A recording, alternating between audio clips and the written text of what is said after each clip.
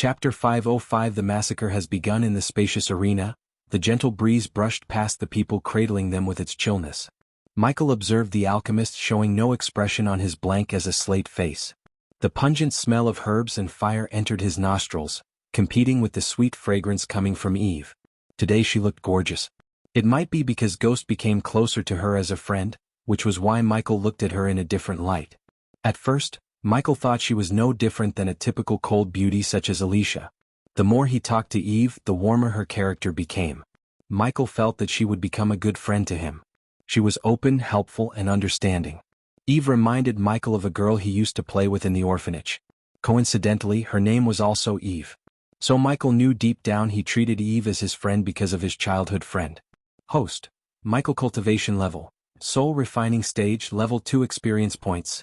0/900, 000 badass points. 310, 000 skills and spells. Wind Blast LVL 6 Responsive Shield, LVL 8 Environment Scanning, LVL 6 Ignitia, LVL 8 Lightning Dash, LVL 6 Energy Devour, LVL 2 Soul Eater, LVL 1 Death Range. LVL 3 Eyes of Darkness, Normal. Can sense the cultivation level of others' Eyes of Darkness, Lucifer. Can sense the cultivation level of others, can see through illusions Cloud of Darkness, Lucifer. Weak. Willed enemies will lose their courage completely and surrender. Death range will be 50% more powerful, and if activated in darkness, the host's cultivation level will be boosted 4 levels up regardless of the stage barrier. Wordless Spellcaster, Lucifer. In full Lucifer form, the host just has to think of the spell to cast it.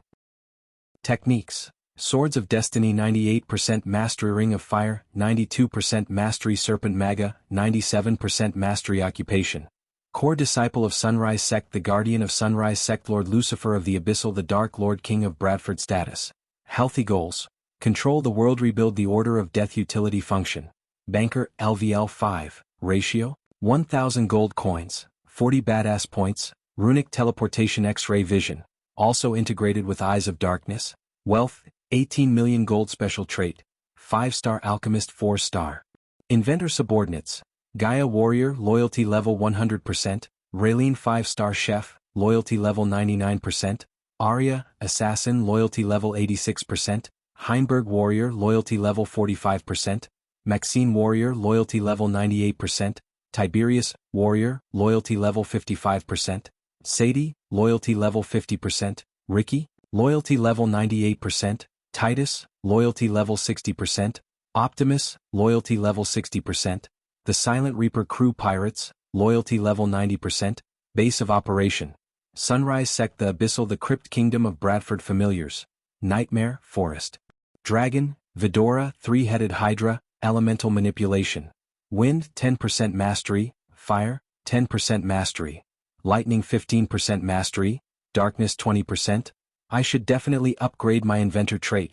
After getting blood samples and every other possible sample from Victor, Michael planned to build some nasty weapons against the vampires. As far as Michael learned about vampires, he needed special weapons. The rest of the world was unbelievably vulnerable to the vampires. Noah may have been somewhat astonished by the epic-class cauldrons Leylon and Jennifer had on the open ground. However, Andreas taught him the cauldron was merely an object, and an alchemist should not depend on the cauldron to refine a pill or potion. According to Andrews, an alchemist should be able to use the alchemy fire as a cauldron and refine pills and potions without a problem. Just like Ghost. Noah's white cauldron seemed somewhat shabby compared to Jennifer and Leylon. Unlike the rest, Noah was not too concerned about the cauldrons. Instead, he closed his eyes and thought for a moment. Then, he flicked his finger gently and a set of the ingredients needed to refine the Crimson Waves potion appeared on the stone table. The moment Michael saw the ingredients on Noah's table, Michael knew what he was going to brew. To be honest, the potion had all the wow factors to win the competition.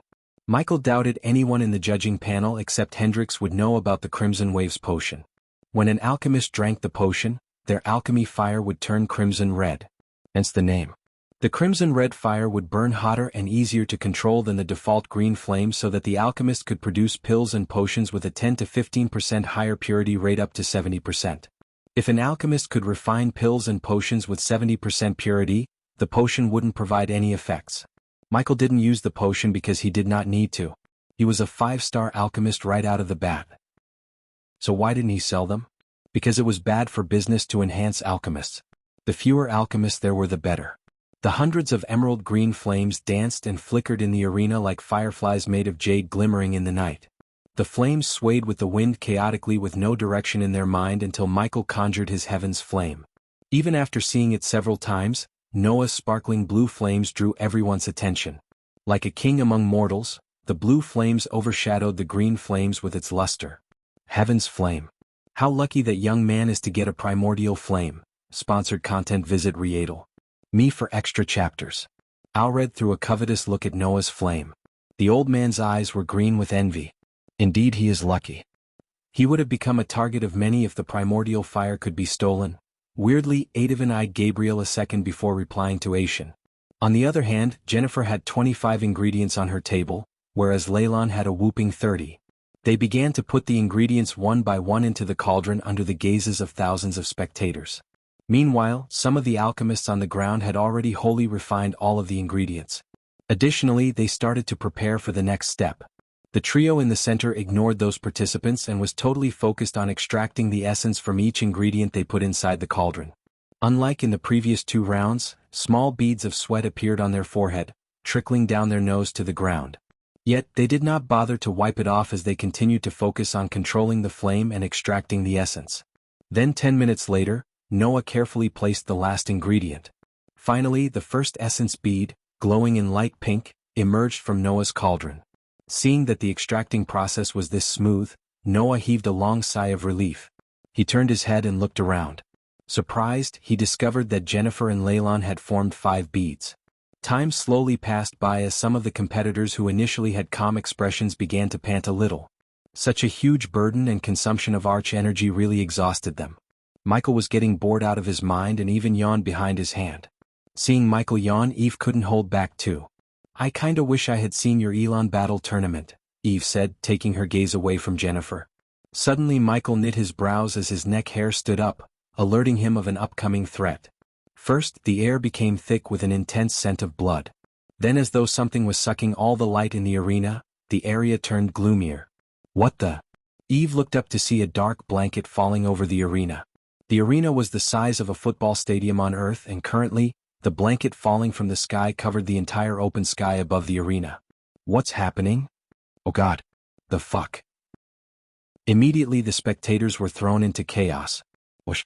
Following the dark net, a strong gust of wind in the form of a wave brushed past the hundreds of alchemists, putting off their alchemy fire. Ghost, terror clutched Eve's heart as she involuntarily squeezed Michael's hand. All the judges immediately stood up from their seats bewildered. Even Hendrix lost the calmness on his face. The sudden darkness along with the pungent blood stench in the air terrified them. "Lady Eve," Michael turned back to see a guard of Eve walking towards Eve holding his throat. In the dim, gloomy light, they saw blood gushing through his fingers. Another scream quickly echoed through the arena. Thud. The guard collapsed to the ground while another ear-piercing scream of a girl entered their ears. When they looked in the scream's direction, they all saw a mist of red smoke among the spectators. Soon after, they saw several other bloody veils of mist appear all over the spectators' stand.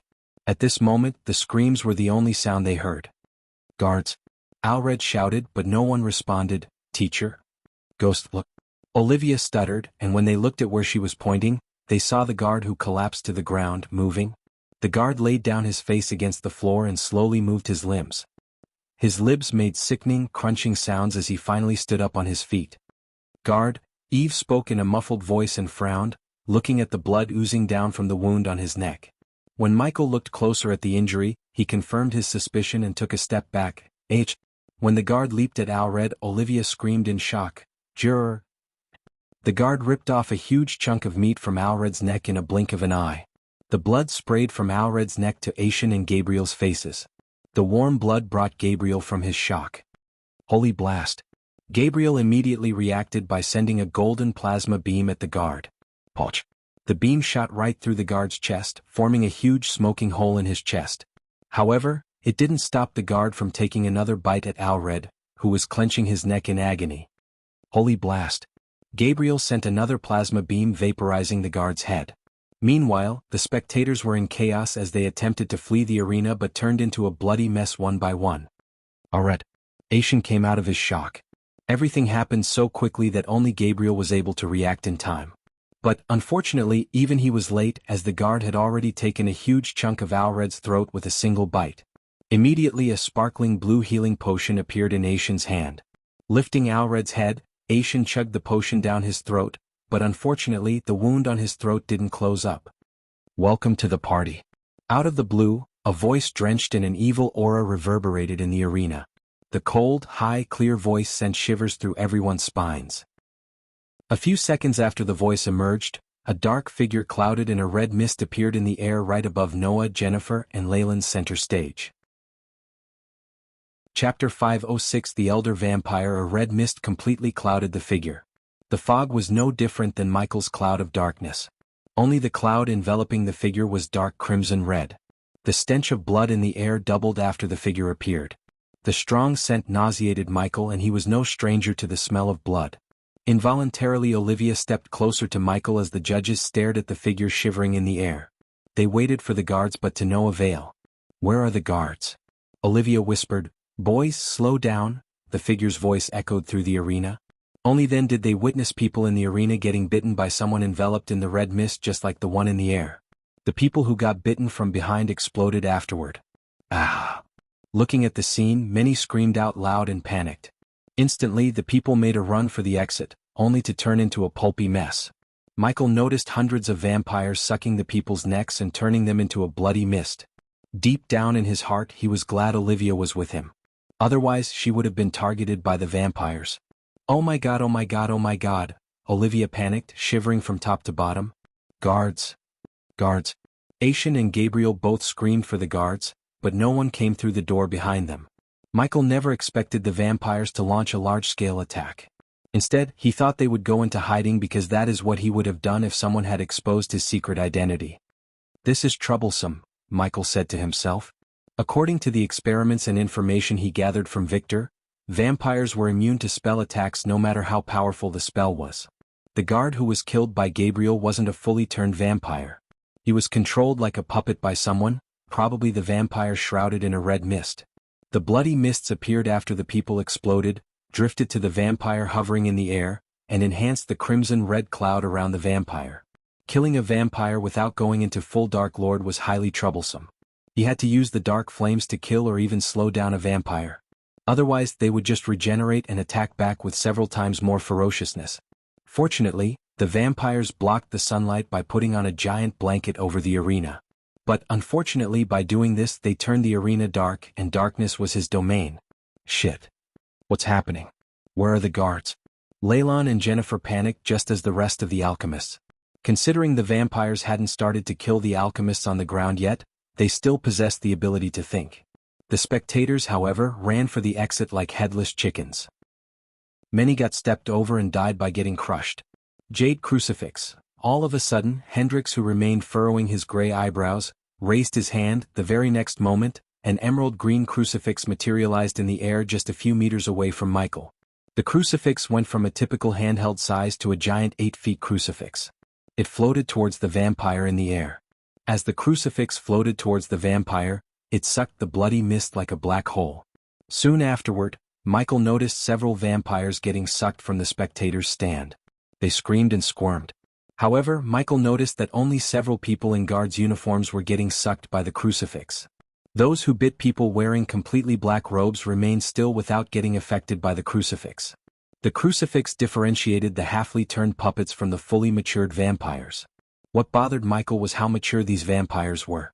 If they were anything like Victor, the odds of surviving would go way down. He could count at least 50 vampires. Weirdly, he sensed no cultivation power from them. There was only a possible explanation that appeared in Michael's mind. When the vampires crossed the void line, they possessed a cultivation level like the normal cultivators. But, in the cultivation of continents, they became something else. Are they stronger or weaker? That was the question that quickly emerged in his mind. Humph! Michael heard the vampire in the air snicker. Afterward, a trail of smoke extended from the crimson-red shroud towards the crucifix. Then the emerald-green crucifix and blood-red smoke clashed in mid-air, producing an otherworldly whistling sound. The crimson-red smoke rapidly engulfed the crucifix, rendering the emerald-green dim. In a couple of blinks of an eye, the red smoke completely swallowed the crucifix. Boom! Then, the sound of the explosion reverberated in the air as Michael witnessed thousands of tiny green particles raining down. Ah! Hendrix coughed up a mouthful of blood as he stumbled back, losing his balance. Run, Hendrix mumbled. Hendrix was at the fusion stage, yet his spell was decimated within a few moments. Even if Hendrix was a warrior, his spell still wouldn't have affected the vampire. Is he an elder vampire? Michael asked himself, recalling Victor's words about the elder vampires, who were the most powerful pure-blooded vampires. But, of course, Victor had no idea there were more powerful classes of vampires above the elder vampires. Gabriel didn't even dare to cast a spell because he was at the core strengthening stage and he knew how powerful Hendrix was. So Gabriel knew if Hendrix stood no chance, neither would he. Hence, Gabriel turned back and rushed towards the door to escape. What's the rush, Lord Gabriel? The vampire's high-pitched clear voice rang in their heads as a cloud of smoke shot out from the vampire and covered the door. Holy blast! Gabriel raised his hand, sending the golden plasma blast at the cloud. To his shock, the plasma blast shattered into millions of golden dots when it clashed with the cloud. Lord Hendrix. Hearing Aishan's shout, Michael turned his head from Gabriel to Aishan and saw Hendrix floating towards the vampire. His old body was stiff as though he was paralyzed. He didn't even move a muscle. Does he have something to do with the ambush? Michael asked himself, looking at Gabriel, who was currently trying to get through the red smoke blocking the door. Despite the chaos and mayhem, Michael remained calm. On top of his training to stay calm despite the situation, the darkness soothed his mind and soul. He cancelled out all the screams of the people and focused on how to escape the arena without revealing his full power. Furthermore, he hoped the vampire's aim was to massacre people and issue the world a warning. Rather than targeting anyone specifically, anyone such as the Dark Lord who orchestrated their destruction of secrecy. Jennifer, Eve tried to move forward, but Michael quickly grabbed her hand. Sponsored content. Visit Readle. Me for extra chapters. Stay still. Don't give him a reason to attack you. Noah will protect her, Michael whispered coldly to Eve. The seriousness and authority in his voice rendered Eve speechless. She wanted to disagree but she simply couldn't. Michael didn't know about Leylon, but he was certain Noah would protect Jennifer. Meanwhile, Alicia and Norvin leaped onto the ground, reaching Noah. Ghosty dragged Dash, with his eyes turning red. Aishan raised his hand to cast a spell. Before he could finish casting, a puff of smoke shot out from the vampire like an arrow and blasted Aishan to the wall. In midair, the shroud enveloping the vampire slowly opened up, vaguely revealing a bloated short man. Through the opening, Michael saw the man opening his mouth as a meter-long tongue resembling a tentacle came out to lick Hendrix. Still, Hendrix didn't even move a muscle. Instead, he looked like a T-pose statue while being licked by the vampire. The tongue gradually coiled around Hendrix's neck, clenching Hendrix's throat little by little. Leave him alone. Suddenly, Noah's shot echoed through the arena. Then, everyone saw a bright beam of light shoot out of Noah's body to straight up at the vampire. The bright beam had a tint of blue as heaven's flame coiled around the beam. As per Michael's knowledge, the primordial flames were one of the weaknesses of a vampire. Ever since he used dark flames on Victor, Michael wondered whether the other primordial flames would have the same effect or not. His curiosity ended when Noah's flame cut straight through the bloody mist enveloping the vampire, cutting the tongue around Hendrix's neck. Immediately Alicia leaped into the air, catching Hendrix in her arms. Arg! The vampire cried, but it sounded more pissed off rather than hurt. When the vampire growled, all his underlings stopped killing the spectators and leaped onto the ground. Boys, kill them, the vampire coldly ordered the underlings. Michael had a feeling the vampire was looking at the VIP seatings. His feeling was confirmed when a few vampires leaped from the ground to their VIP seatings. Thank you, Noah, Michael cursed Noah in his mind. There was a possibility that the vampire was targeting only Hendrix and would have left the arena after killing Hendrix. By attacking the vampire with Heaven's Flame, Noah pissed it off. Now the vampire ordered the underlings to kill them instead of killing the spectators. Granted, Michael felt terrible for the people who got killed by the vampires. Yet, his own survival was more important to him than the people. When two powerful forces were at war, people would die. As far as Michael was concerned, it was impossible to save everyone. Get them to safety. From the ground, Noah shouted at Alicia. And just as she was about to leap at the VIP seatings, Noah raised his hand, sending a stream of Heaven's Flame to Alicia's golden spear. Immediately, her spear lit with Heaven's Flame. Michael, who saw the spear burning with Heaven's Flame, cursed at the dark flames because if he had to cover his swords in dark flames, the flames would melt down the steel like a knob of butter. Seems like mine is more powerful than heaven's flame, he calmed himself down, comparing heaven's flame and the dark flames. Stay back. Michael stepped in front of Eve and Olivia as 2 vampires targeted him. While 4 others targeted Aishan and Gabriel, like hell I would, Eve stepped forward and stood beside Michael as a hammer with a gold handle materialized in her hand. In the corner of his eyes, Michael saw several tiny runes glowing on the gray hammerhead. Eve kept spinning her hammer until the hammer became blurry. Whoa! Michael was stunned when she threw the hammer at the vampire and sent the vampire flying before hitting the vampire in the chest. Whoosh! She raised her hand as the hammer, which disappeared from their sight, came right back into her hand. Michael noticed the runes glowing brighter than before. Unfortunately, he missed the ability to summon back Doombringer after throwing it. At the moment, he had to upgrade the Doombringer if he wanted to place any runes. Seeing Eve summon the hammer back, he was slightly jealous, to be honest. Moreover, she looked so cool. However, Michael didn't plan to be on the sidelines. This was his scene, and Michael had enough of being sidelined. Chapter 507. Onto the fire from the frying pan. The vampire who witnessed his friend get sent flying by Eve bore his teeth, showing razor-sharp teeth. The vampires wore dark robes from head to toe, and under the dark cloak, Michael could see their pale faces and crimson-red slit pupils. Polch. As the vampire stared at Eve, a spear impaled him from behind. Alicia lifted the vampire with her spear in the air and let heaven's flame completely engulf the vampire. The vampire burnt to a crisp in a matter of seconds as the wind took the gray ash with it. The 2 girls stole Michael's thunder. But Michael was calm. Surviving the vampires was more important than showing off. End of the day, being alive was the most badass thing one could do. Eve. Before Alicia could lock her eyes with Michael, Jennifer landed on the VIP stage beside her sister. Jenny. Eve embraced her little sister in a tight hug. Jennifer's face was pale because of what she had witnessed. The young girl was terrified. Michael could see her body trembling uncontrollably. Unlike her sister Eve, she was not a warrior trained in combat. She was an alchemist. Her fear for blood and gore was the exact reason the Voldegarde spent their resources to make her an alchemist instead of a warrior. Teacher. After Jennifer, Leylon landed on the stage. Seeing the 4 remaining vampires turning their focus to Alicia and Eve from Gabriel and Aishan, Alicia took a step forward, grabbed her spear in 2 hands tightly, and locked her gaze with the 4 vampires approaching her. Michael remained still and stepped towards the door. In the corner of his eye, he noticed the golden Babaru running around, attacking the vampires and clearing the way for the people to escape. The monkey was fast but not fast enough to save all the people. There were many people getting slaughtered by the vampires among the spectators. Come on! While Alicia was fighting 4 vampires at the same time, Michael reached the door with Olivia and Eve following him behind. Alicia noticed Ghost ignoring her, and her eyes immediately got filled with fury. Arg!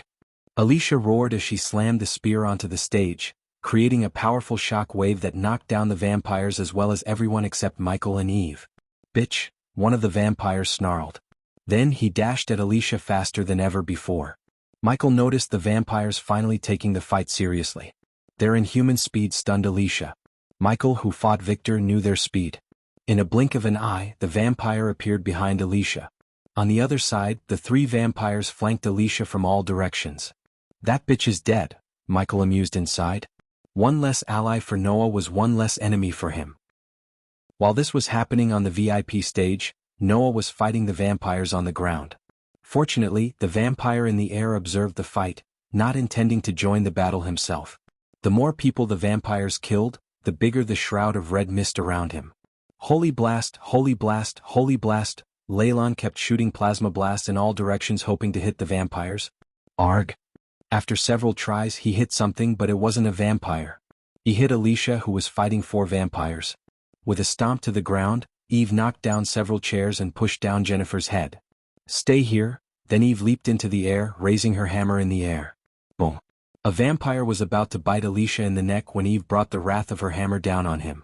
Immediately the 4 vampires dashed away, sensing the impending danger. However, when Eve's hammer hit the stage, a shock wave that was several times more powerful than the one Alicia created blasted everyone and everything. Even Michael stumbled and had to grab the wall to steady himself. In addition, the hammer made several cracks on the stage. Looking at the cracks widening, Michael didn't think the stage could withstand another attack. While Eve was spinning her hammer and creating a wind force that slowed down vampires, Michael went to the door, which was covered by the red mist. "Get out of my way." Michael shoved Gabriel away from the door. "Bastard." Gabriel almost lost his balance and was enraged by Michael's action. Paying no mind to Gabriel, Michael placed his hand on the smoke. Michael felt a suction force as he put his hand through the mist. Michael conjured the dark flames inside the smoke. Crack. The red smoke faded away as soon as the dark flames appeared in his hand, revealing the door. Bang. Michael kicked open the door to see several dark-robed vampires feasting on Eve's guards. At that moment they all glared at Michael, blood oozing down their mouths. For a moment, Michael remained still at the doorway, pondering whether he should exit through the hall with 20 vampires or through the open ground where a powerful vampire at. "We can't fight them for long," Eve said to Alicia while swinging her hammer around her to keep the vampires from taking a bite off her. Since Michael opened the door, Aishan prepared to drag Alred's lifeless body with him to the door. "Shit." Leylon cursed when he saw the 20 vampires standing in line across the hall from one end to another. The marble floor and walls were tainted with splashes of red. The sickening sight of bodies with eyes still open lying around nauseated Leylon. His face immediately turned green. "You doomed us." Gabriel didn't fail to take a shot at Michael as he took a step back from the door. "You want to go that way, be my guest?" Michael coldly said before stepping into the hall. Compared to the countless underling vampires and an elder vampire, battling the 20 vampires in the hall seemed a better choice. Unlike Noah, Michael didn't wish to reveal he had primordial flames. Several meters away from Michael, Eve slammed her hammer on the last vampire's chest. Grr. Sponsored content. Visit Readle. Me for extra chapters. The vampire growled in pain, but before it could dash at Eve, Alicia stabbed the vampire from behind with the heaven flames-covered spear. Killing the last vampire on the stage gave them all leeway to enter the hall. For some reason the elder vampire did not mind them entering the hall. Michael had a bad feeling about the elder vampire's calmness. Yet he was not planning to decode its plan. Instead, his highest priority was to get the hell out of the arena without revealing his identity as the Dark Lord. Looking at Michael entering the hall, Olivia followed him behind. Then Eve, Jennifer, and Aishan, dragging Alred's lifeless body, entered the hall. Lastly, after pondering their options, Gabriel and Leylon followed them inside the hall. "Eve," Jennifer shivered, looking at the vampires in front of her. Except for their mouth, one could see nothing due to the dark robes and cloak. The vampires snarled, revealing their blood-covered teeth and 2 razor-sharp fangs. "Fresh blood," one of the vampires said in a croaky voice. "Well, get through this." Eve hid the dread in her heart and pretended to be fearless. Fighting 4 vampires took so much effort from both of them. So Eve knew how difficult, if not impossible, to fight 20 vampires. "Where are you going?" Eve was startled to see Ghost turning his back and walking back to the door. Instead of answering Eve, Michael closed the door. "What the hell?" Leylon tried to shout this time, but only a muffled cry escaped his mouth. Again, he did not want to agitate the vampires in front of him. Alicia coldly stared at him. She directed her killing toward Michael more than she directed toward the vampires. Again, rather than responding to pointless questions, Michael grabbed a chair and stuck it against the doorknob to prevent anyone from opening the door from outside. Regardless of the situation, he remained calm, which surprised Eve. There was no fear in his eyes. "Ghost, I don't think we can take on all of them," Aishan said in a husky voice. "You have a better idea?" "It's them or the one who knocked out Lord Hendrix in a second." Recalling what happened to Hendrix, Aishan's heart skipped a beat. At this moment he could only pray Noah would somehow save Hendrix and himself. "Why aren't they attacking?" Eve mumbled. Her words were barely audible to those who were near her. Yet the vampires who stood 20 meters away from her clearly heard her. "Meat dipped in fear is tastier," a vampire snickered.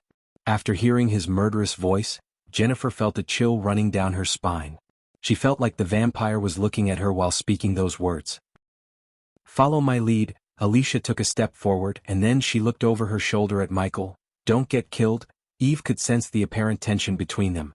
Last night when she spent the night with Olivia, she heard about what happened during the tournament. But like most people, Eve also blamed Peter for his fate. Alicia was lucky that Michael was a very patient man. Otherwise, he would have beaten the crap out of her just to wipe that stern look off her face. However, before she could take another step, Eve saw a streak of golden light across the hall running through between 2 vampires. It took her a moment to realize that Ghost had disappeared from her side.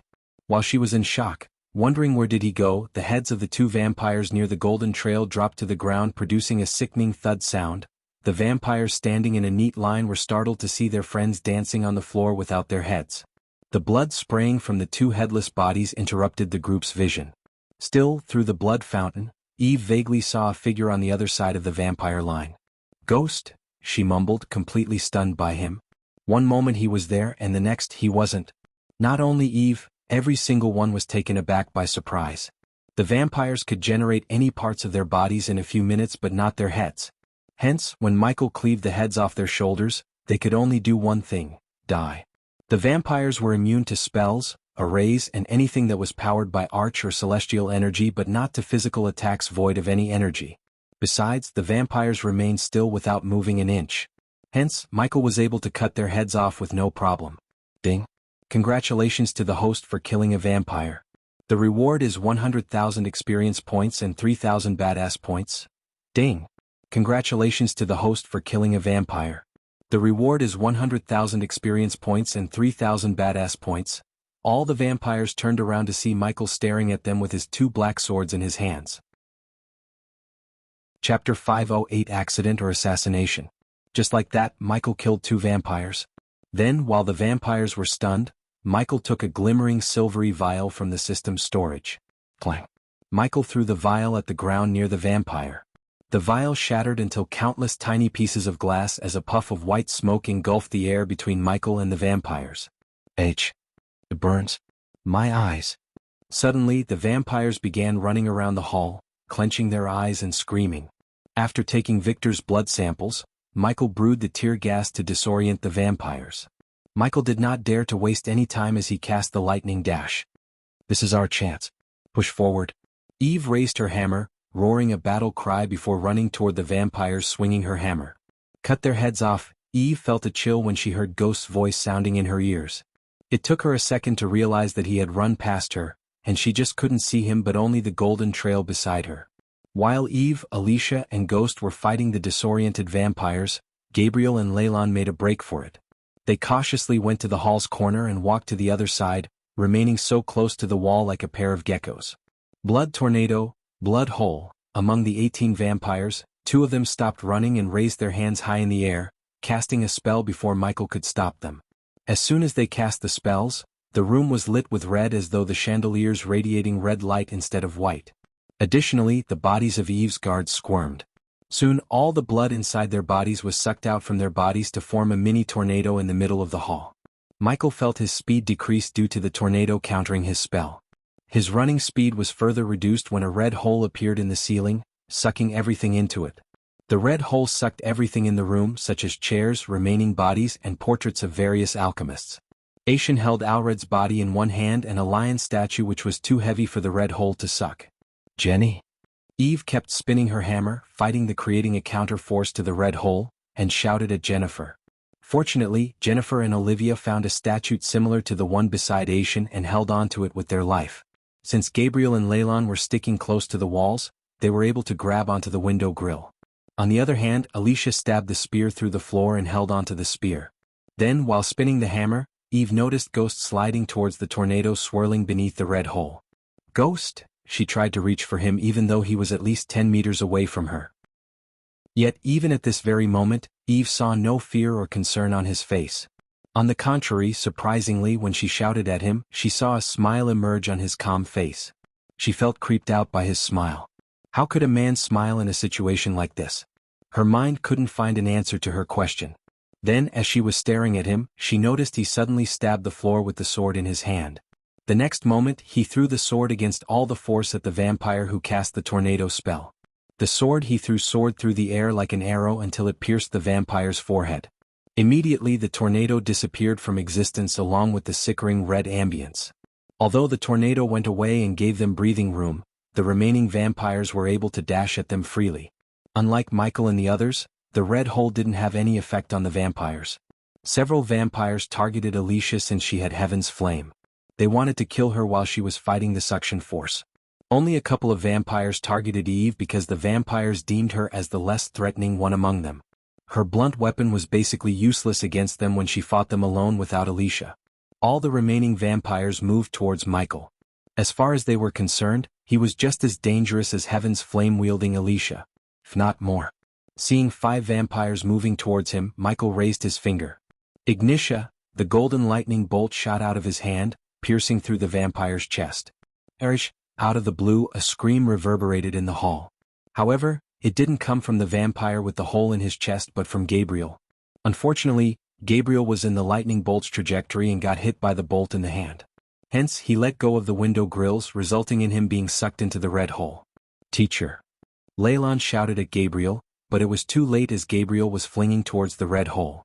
He flew towards the red hole like a kite without an anchor until Alicia grabbed Gabriel by his hands. Don't let it go! Gabriel shouted. On the other hand, Alicia's spear began to tremble as it couldn't support 2 people. Ignitia! Michael kept firing lightning bolts at the vampires to keep them from reaching him. This time, none of the lightning bolts hit others. Your hands, slipping. Gabriel shouted, feeling his grab loosening. Blessing hands? Suddenly, a giant golden ghostly hand flicked Gabriel with enough force to send him flying onto the other side. I got you. In the midway, Michael grabbed Gabriel by his hand before Gabriel could fly over his head. Teacher! Jennifer cried out loud when she saw Alred's lifeless body disappearing into the red hole. Only then did they realize that the spell was cast by Aishan.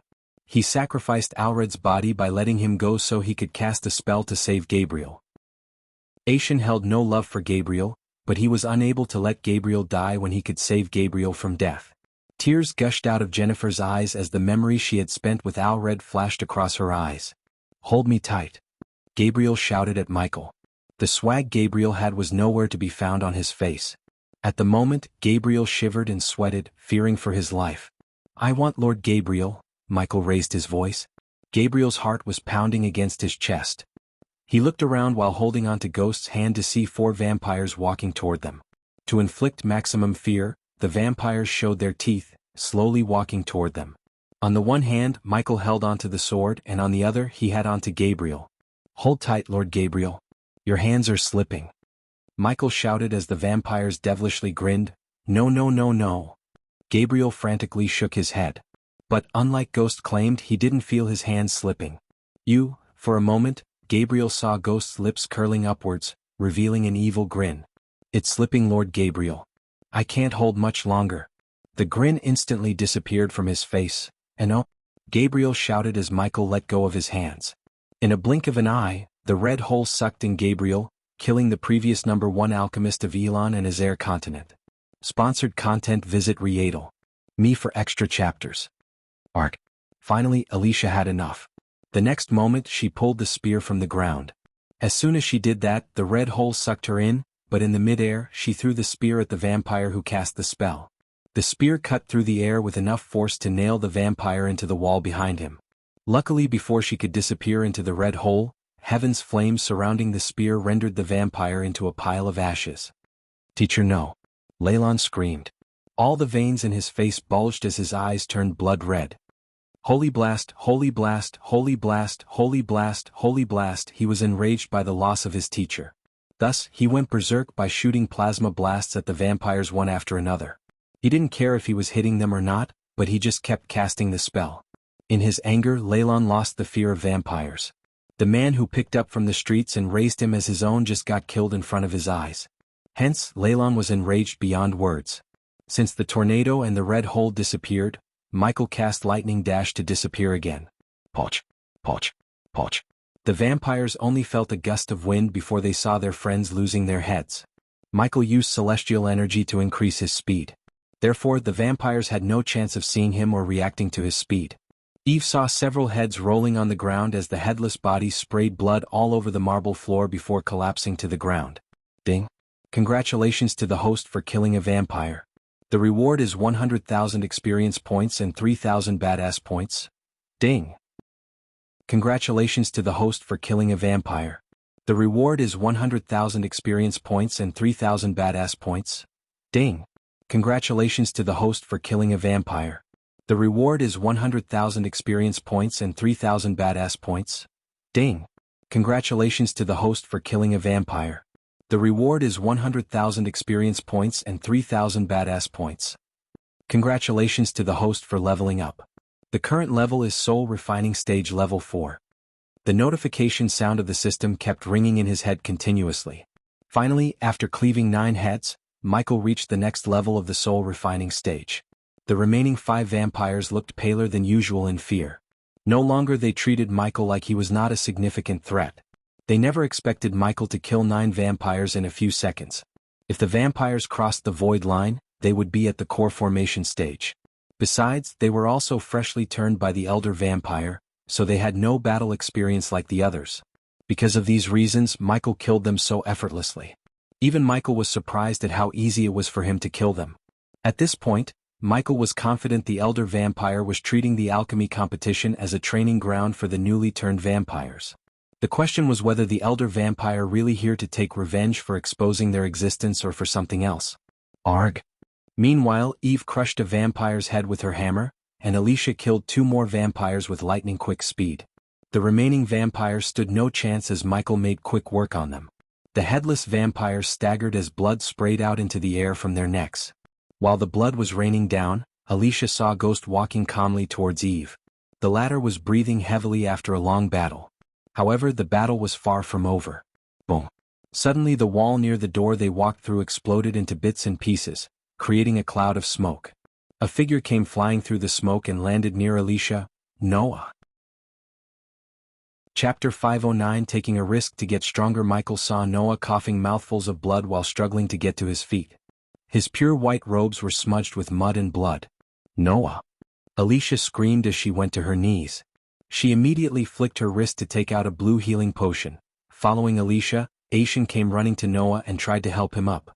But unfortunately, Noah really seemed to be in bad shape. There were numerous claw marks, cuts, and bruises on his body. Since Noah was just in the core strengthening stage, the cultivation gap between the vampires and Noah was not as big as that between Michael and the vampires. But because Noah battled more than 20 vampires with no help, the vampires did a number on him. After Alicia chugged the healing potion down Noah's throat, the bruises on Noah's face slowly disappeared as the rosiness returned to his face. "We have to go." Noah slurred due to internal injuries.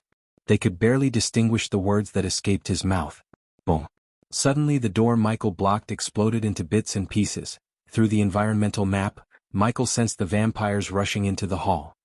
"Olivia, Eve," Michael raised his voice, drawing their attention to him. "Run now." But Olivia tried to interject, but Michael's face twitched, wordlessly telling her to shut up. If push came to shove, Michael could always teleport away. However, teleporting Eve and Olivia would raise unwanted attention of Noah and Alicia. Besides, although fighting the vampires was risky, killing them offered him precious experience points. By utilizing the situation, Michael planned to have another breakthrough. Getting stronger was the only way he could fight his future enemies. But, to become strong he knew he had to take risks.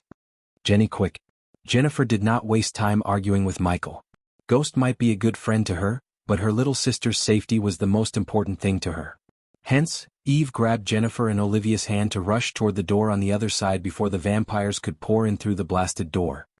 "You 3 should go too." Noah finally picked himself to his feet. Leylon gave a stare to Michael before running behind Eve, leaving Aishin and Alicia behind. "Where's Norvin?" "I sent him away to call for backup," Alicia said as Michael walked towards the door. Even went through. Noah noticed a wooden bucket appear in Ghost's hands. "There is no time. I will hold them off as long as I can." Noah's words reached Michael's ears and surprised him. Michael wondered what the hell was going on in Noah's head. He was planning to stay back to fight the vampires because he needed experience points and had an escape plan. However, Noah needed no experience points or seemed to have no escape plan. "No. Come with us." Alicia's eyes watered up as she frantically shook her head. "Do not make me pull ranks on you, Alicia. Grandmaster, please take her with you." Meanwhile, Michael splashed the liquid in the bucket onto the door. Immediately the air became thick with the smell of oil. The smell indicated what Ghost was planning to do. Noah pushed both Grandmaster Aishin and Alicia towards the door. "Why are you staying behind?" Noah asked Ghost. To Noah, Ghost staying behind was a surprise. Alicia forgot to throw a death glare at Michael in her concern about leaving behind Noah. "Where are you, Piggy?" The bone-chilling voice of the elder vampire sounded in their ears. "I can't let you have all the fun," Michael responded to Noah with a smile. Then the moment Alicia and Aishin stepped outside, Michael closed the door. With a snap of his finger, Michael sent a tiny bolt of lightning to the door, causing the door to get on fire immediately. As the door was burning behind them, Michael and Noah walked side by side for the first time as their long coats fluttered in the wind. On the other side, the elder vampire shrouded in red mist hovered through the hole where the door was, followed by several dark-robed vampires. "We cannot fight him in a closed space like this," Michael whispered to Noah. Looking at the elder vampire and the others behind him, Michael's instincts told him they were not as weak as the vampires he killed. The last thing Michael wanted was another red hole in a closed space. So instead, the ideal place to battle them would be in the open. "Just the two I want," the elder vampire snarled. Unfortunately, because of the shroud of mist around him, Noah couldn't see the elder vampire behind. However, Michael was able to because of his X-ray vision. Thus, Michael saw the elder vampire raise his hand. And the moment Michael saw the vampire snap his fingers, the entire hall trembled. Boom! The hall exploded from within. Soon the building crumbled down. Lightning dash! Michael immediately cast the spell to escape the hall.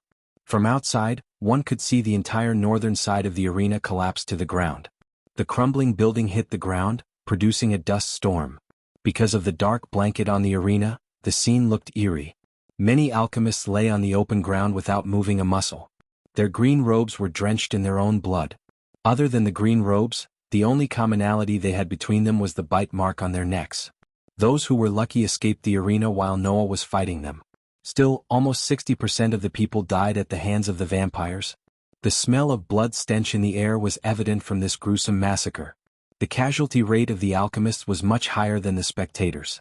Only a handful of the alchemists who participated in the final round escaped the arena. The rest were on the ground dead. Almost 90% of the most talented alchemists of Elon and Azer died in the battle. At that moment, among the bodies, two bodies moved. "Shit!" Michael cursed as he picked himself up from the ground. He pushed himself to the limit by using celestial energy. Otherwise, he would have been crushed by the building. He still couldn't believe the elder vampire brought down the hall with a single snap of his finger. Michael picked himself up as he growled and saw the arena in ruins. The VIP seating and the hall north side of the arena were gone. "Arg!" Michael heard a growl as he turned aside to see Noah. Just like him, Noah also pushed himself to escape the collapsing building. However, considering Noah wasn't a soul refining stage cultivator, he couldn't use celestial energy to power up his spells. That was why Noah had bruises and cuts, unlike Michael. Noah flicked his wrist, retrieving a healing potion. Noah drank the potion in one gulp and prepared himself for the battle. Then Noah looked around to see hundreds of dead bodies. All those lives, lost. His heart ached at the sight. "These are blood-sucking vampires. So we have to kill them, you know that, right?" Michael asked, looking at the elder vampire hovering towards them with the vampires following him behind. "I only want one alive," Noah said. Sponsored content. Visit Readle. Me for extra chapters. "No problem for me." Obviously, Noah wanted one vampire alive so he could interrogate him for more information. If Michael was right, Noah would also try to find a cure for vampirism. With the help of the system, it was not a big deal for Michael. He had already started to find the cure and required a blood sample from a more powerful vampire other than Victor. His blood might do the trick, Michael said to himself, staring at the elder vampire. At the moment, only Michael, Noah, and the vampires remained in the arena. All the others were either dead or escaped the arena with their life intact. "You possess heaven's flame," the elder vampire said, landing on the ground. "You massacred my freshlings." The elder vampire turned his gaze from Noah to Michael. "I wonder what kind of vampires you two would become." The elder vampire's voice sounded colder. "When I turn you both." As soon as these words escaped the elder vampire's mouth, the 30 vampires behind him dashed at Michael and Noah before they could even blink an eye. Lightning dash, void step. Michael dashed at the vampires, leaving a golden trail, while Noah left blurry after images. Clang, clang. The sound of metals clashing emerged in the ground, but unlike one would expect, the sound produced by Michael and Noah's sword hitting the vampires' necks. Michael was surprised as his sword didn't cut through the vampire like before. Instead, he felt like he had hit a stone. Only then did he realize the red mist covering the vampire's neck. Die. The vampire violently swung his fist at Michael, but he quickly leaped back. On the other hand, Noah was also surprised by the protective mist around their necks. Blood beam. Before Michael could bat an eye, the vampire fired a red beam at him. Out of the blue, the translucent responsive shield popped up and absorbed the beam, protecting Michael. The vampire was surprised but kept firing beam after another without a break. Suddenly Michael's neck hair stood up as another vampire leaped at him simultaneously from behind, left and right. Noah's situation was no different than Michael's. In fact, Noah was in worse condition as more vampires targeted him because of Heaven's flame. The responsive shield could protect him from attack spells but not physical attacks. Therefore, Michael immediately cast the ring of fire to burn the vampires flanking him. Motherfucker. The scorching hot flame appeared around Michael in a perfect circle, instantly burning the 4 vampires within a 3-meter radius. The flames continued to send waves of flames in all directions, preventing the other vampires from getting close to Michael and burning the vampires inside the circle more and more. Granted, the vampires had inhuman regeneration. Still, injuries and burn wounds hurt them like hell. Luckily for the vampires, Michael still didn't use the dark flames. Otherwise, the ring of fire would have turned the vampires into piles of ashes. Arg! Suddenly a vampire roared as he smashed the stage Noah stood on during the competition. Bang! Bang! Bang! A couple of vampires joined the vampire in breaking the platform. Meanwhile, the others kept Michael and Noah busy. They swarmed the 2 of them from all directions. They kept smashing the platform until the platform cracked open. Then, after cracking open the marble platform, the vampires ripped apart a huge 10-meter-long marble slab. Boom! Shit! Michael only saw a blue before he was sent flying by the marble pillar. In midair, he coughed up blood as the APD immediately sent a healing potion into his bloodstream to heal his body. The vampires swung the marble pillar again as fast as they could and swatted Noah like a bug. The next moment, Noah's body violently screeched through the ground, creating a clear trail. Chapter 5 10 Gods in Action. The vampires split the marble pole into 2. Some vampires grabbed one hand and ran to Noah while the others leaped into the air above Michael. Fuck! Michael saw the vampires bringing down the marble pillar to crush him like a bug. Lightning dash. Immediately Michael dashed out of the way. Boom. When the vampires brought down the pillar, the shock wave created a mini explosion and a dust storm around the area where Michael was a moment ago. Meanwhile, on the other side, the vampires treated the heavy marble pole like a wooden club and tried to smash Noah. Light blast. Noah raised his hand, seeing the pillar coming down on him. Boom. The blast of light beam shot out of Noah's hands, obliterated the pillar into bits and pieces. Still, the beam of light wasn't powerful enough to stop the vampires from smashing him with the marble chunks. Cough. Noah coughed up blood when a huge chunk of marble landed on his chest. Michael was surprised to see Noah getting beaten up by the vampires. However, when he pondered for a moment, everything made sense to him. The vampires drew power from darkness just like him. Only he didn't cast Death Range to strengthen his powers since he didn't want anyone to suspect him of being the Dark Lord. Noah, on the other hand, drew power from light. Although Michael had no concrete evidence that Noah was the god of light, he suspected it. The acne before him confirmed his doubt. If Noah was to draw power from light, it made sense why he was so weak at the moment. Because there was no light coming through the dark blanket in the arena, the entire atmosphere had an eerie red and black color to it, resembling hell. Since there was a lack of light, the darkness suppressed Noah's powers. In addition, he also used most of his energy fighting the vampires and saving the spectators. While the marble block pinned Noah down on his chest, 3 vampires leaped at him, showing their fangs. Their eyes were blood red, longing to drink Noah's blood. Michael may not know Noah was his brother, but when he saw Noah was in danger, the bond of brothers buried deep within him woke up as Michael dashed at Noah. But, of course, Michael rationalized the feeling of saving Noah by thinking that he needs Noah's heaven's flame to kill the vampires without revealing his secrets. Before Noah could cast another spell, the marble chunk on his chest shattered into pieces, and a strong wave of wind blasted away the vampires leaping at him. Noah looked up and saw Ghost extending his hand. For some reason, Noah felt safe around him. Thus, Noah grabbed his hand and stood up. As soon as he grabbed his hand, Noah felt a sting in his palm. Then a refreshing feeling surged from his core. Noah immediately felt better, and when he saw Ghost, he winked at him. "Time out." Michael shouted at the vampires as they halted their steps.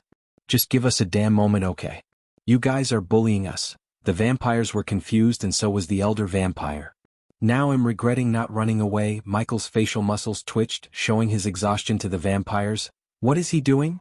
Noah wondered. Since he had to heal his body and replenish the arch energy within his body, Noah remained still. "Don't bother stalling, Ghost," the elder vampire snickered. "No one is getting in or out without my permission." Michael took a step aside, but the vampires immediately snarled at him.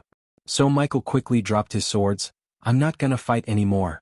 Just as though the vampires received an order from the elder vampire, they stepped back. Is it too late to ask for permission to leave? I mean, you clearly allowed others to leave. Michael slowly walked away from Noah, keeping his hands in the air. I needed some cockroaches to tell exactly what happened here, the elder vampire calmly said. He was awfully calm and didn't seem worried about the Guardians or the Holy Church breaking into the arena with their full force. But you too. Michael saw the elder vampire lick his lips, will be my finest creations. I will rub this on their faces. I get it, Michael pointed at Noah. He has a primordial flame. Why me? Other than making potions and pills, I have no use for you. The man you tried to kill was a better alchemist than me. Michael emphasized the words primordial flame and continued, and I can run around faster. Again Michael emphasized the words run and faster. Noah felt like Ghost was talking to him. He pieced together the words he was emphasizing and connected the dots. The vampires had total control over the arena. Hence they couldn't care less about Michael. As far as they were concerned, he was mumbling in fear. They didn't see him slaughtering their friends after all. So they were oblivious to what he was capable of. Can we make some sort of deal and work together? Michael emphasized the words work together. I can help you transfer primordial flames to you. The elder vampire frowned as Michael looked at his sword near Noah's foot. If Michael was right, the healing potion would have healed Noah by now. In the corner of his mind, Michael wished he had injected his Nanite's potion into Noah's bloodstream. However, he couldn't risk it. No matter what Noah must not find, Ghost was the Dark Lord. Michael wouldn't do anything that would jeopardize his identity. After all, Noah wasn't alone. He had Andreas with him. Primordial flame chooses the host, not the other way around. Today you will be turned. Then you will obey every single command I have for you. Damn it, I love my freedom so much. Not to boast, but I rejected the Guardians because I don't want to work for them, Michael sighed. Soon they will all work for the great nation of Evernight. Everlight was the rise of the legendary Emperor's MC's nation. And you too will be our slaves? The elder vampire coldly snickered. Do you know something? Michael lowered his hand while his expression changed from being afraid and exhausted to cold and murderous. If one thing I hate the most, it's slavery. Now. Michael shouted as he dashed at Noah as fast as he could. Sponsored content, visit Readle. Me for extra chapters.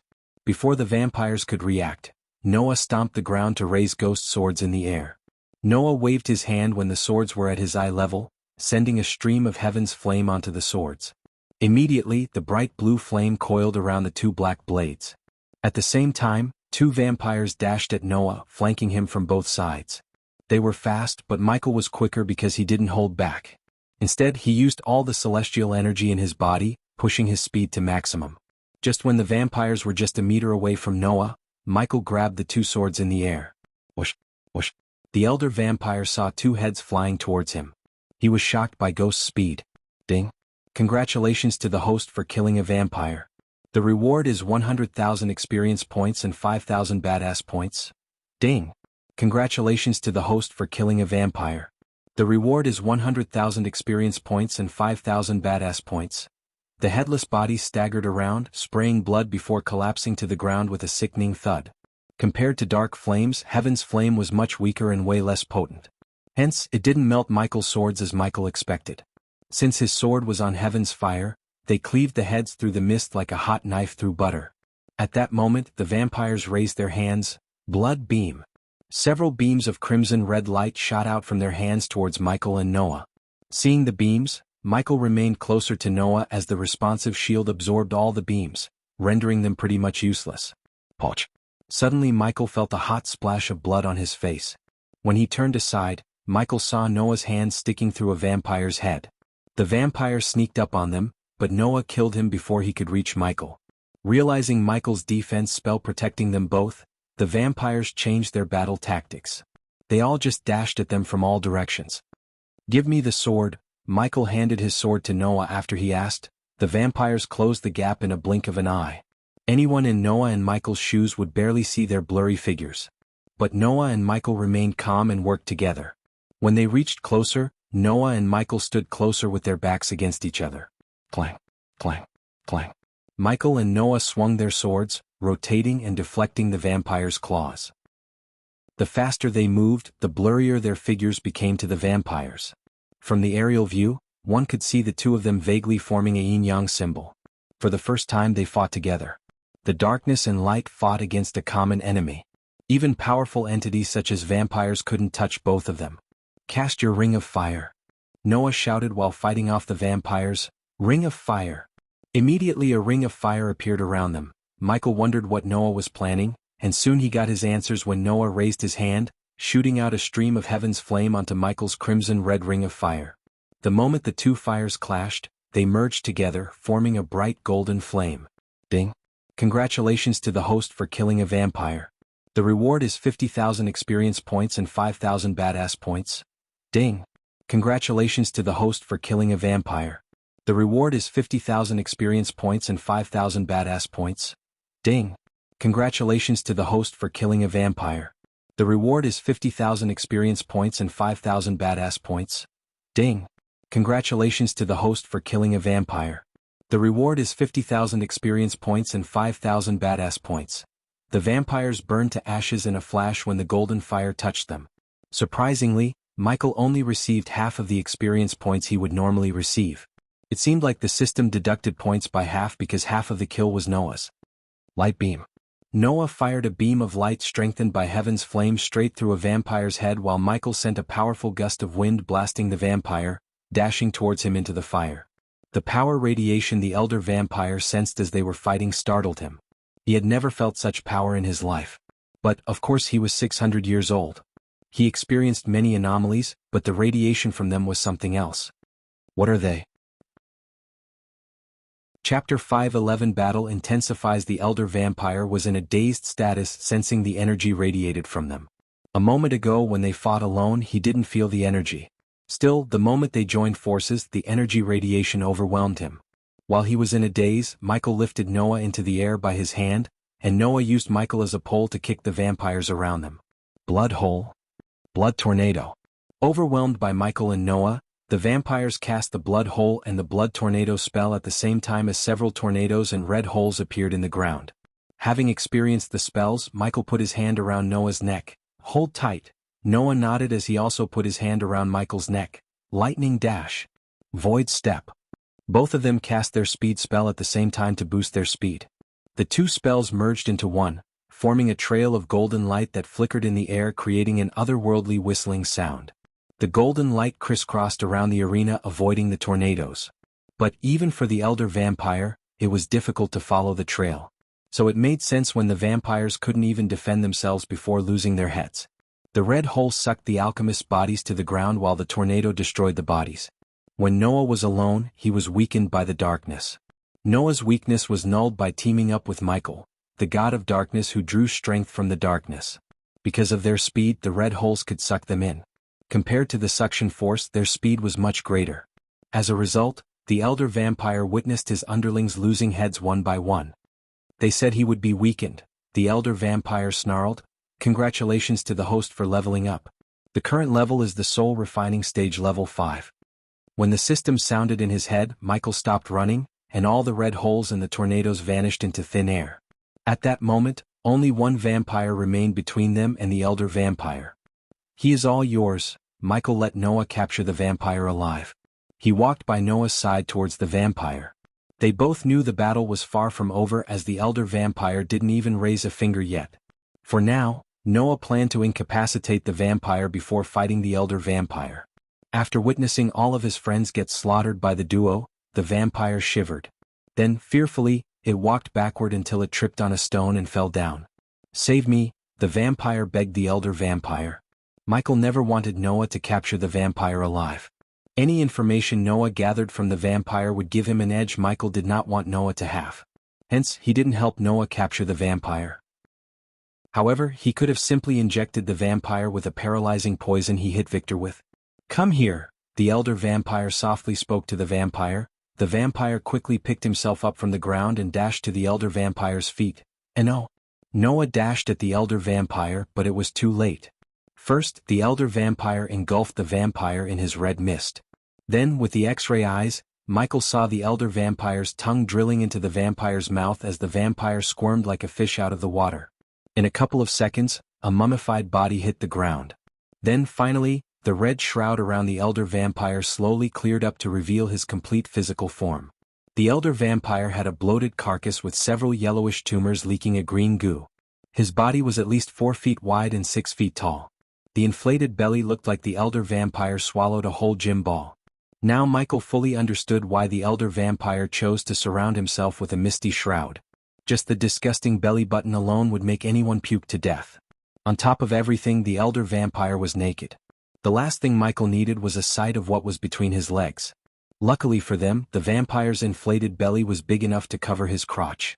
Not that vampires had reproductive organs. Still, Michael did not wish to see that. Several strands of mucky blonde hair on the vampire's bald egg-like head creepily waved left and right to the wind's rhythm. His dirty eyes with vertically slit red pupils stared at both menacingly. Looking at his unappealing body, Noah couldn't help frowning.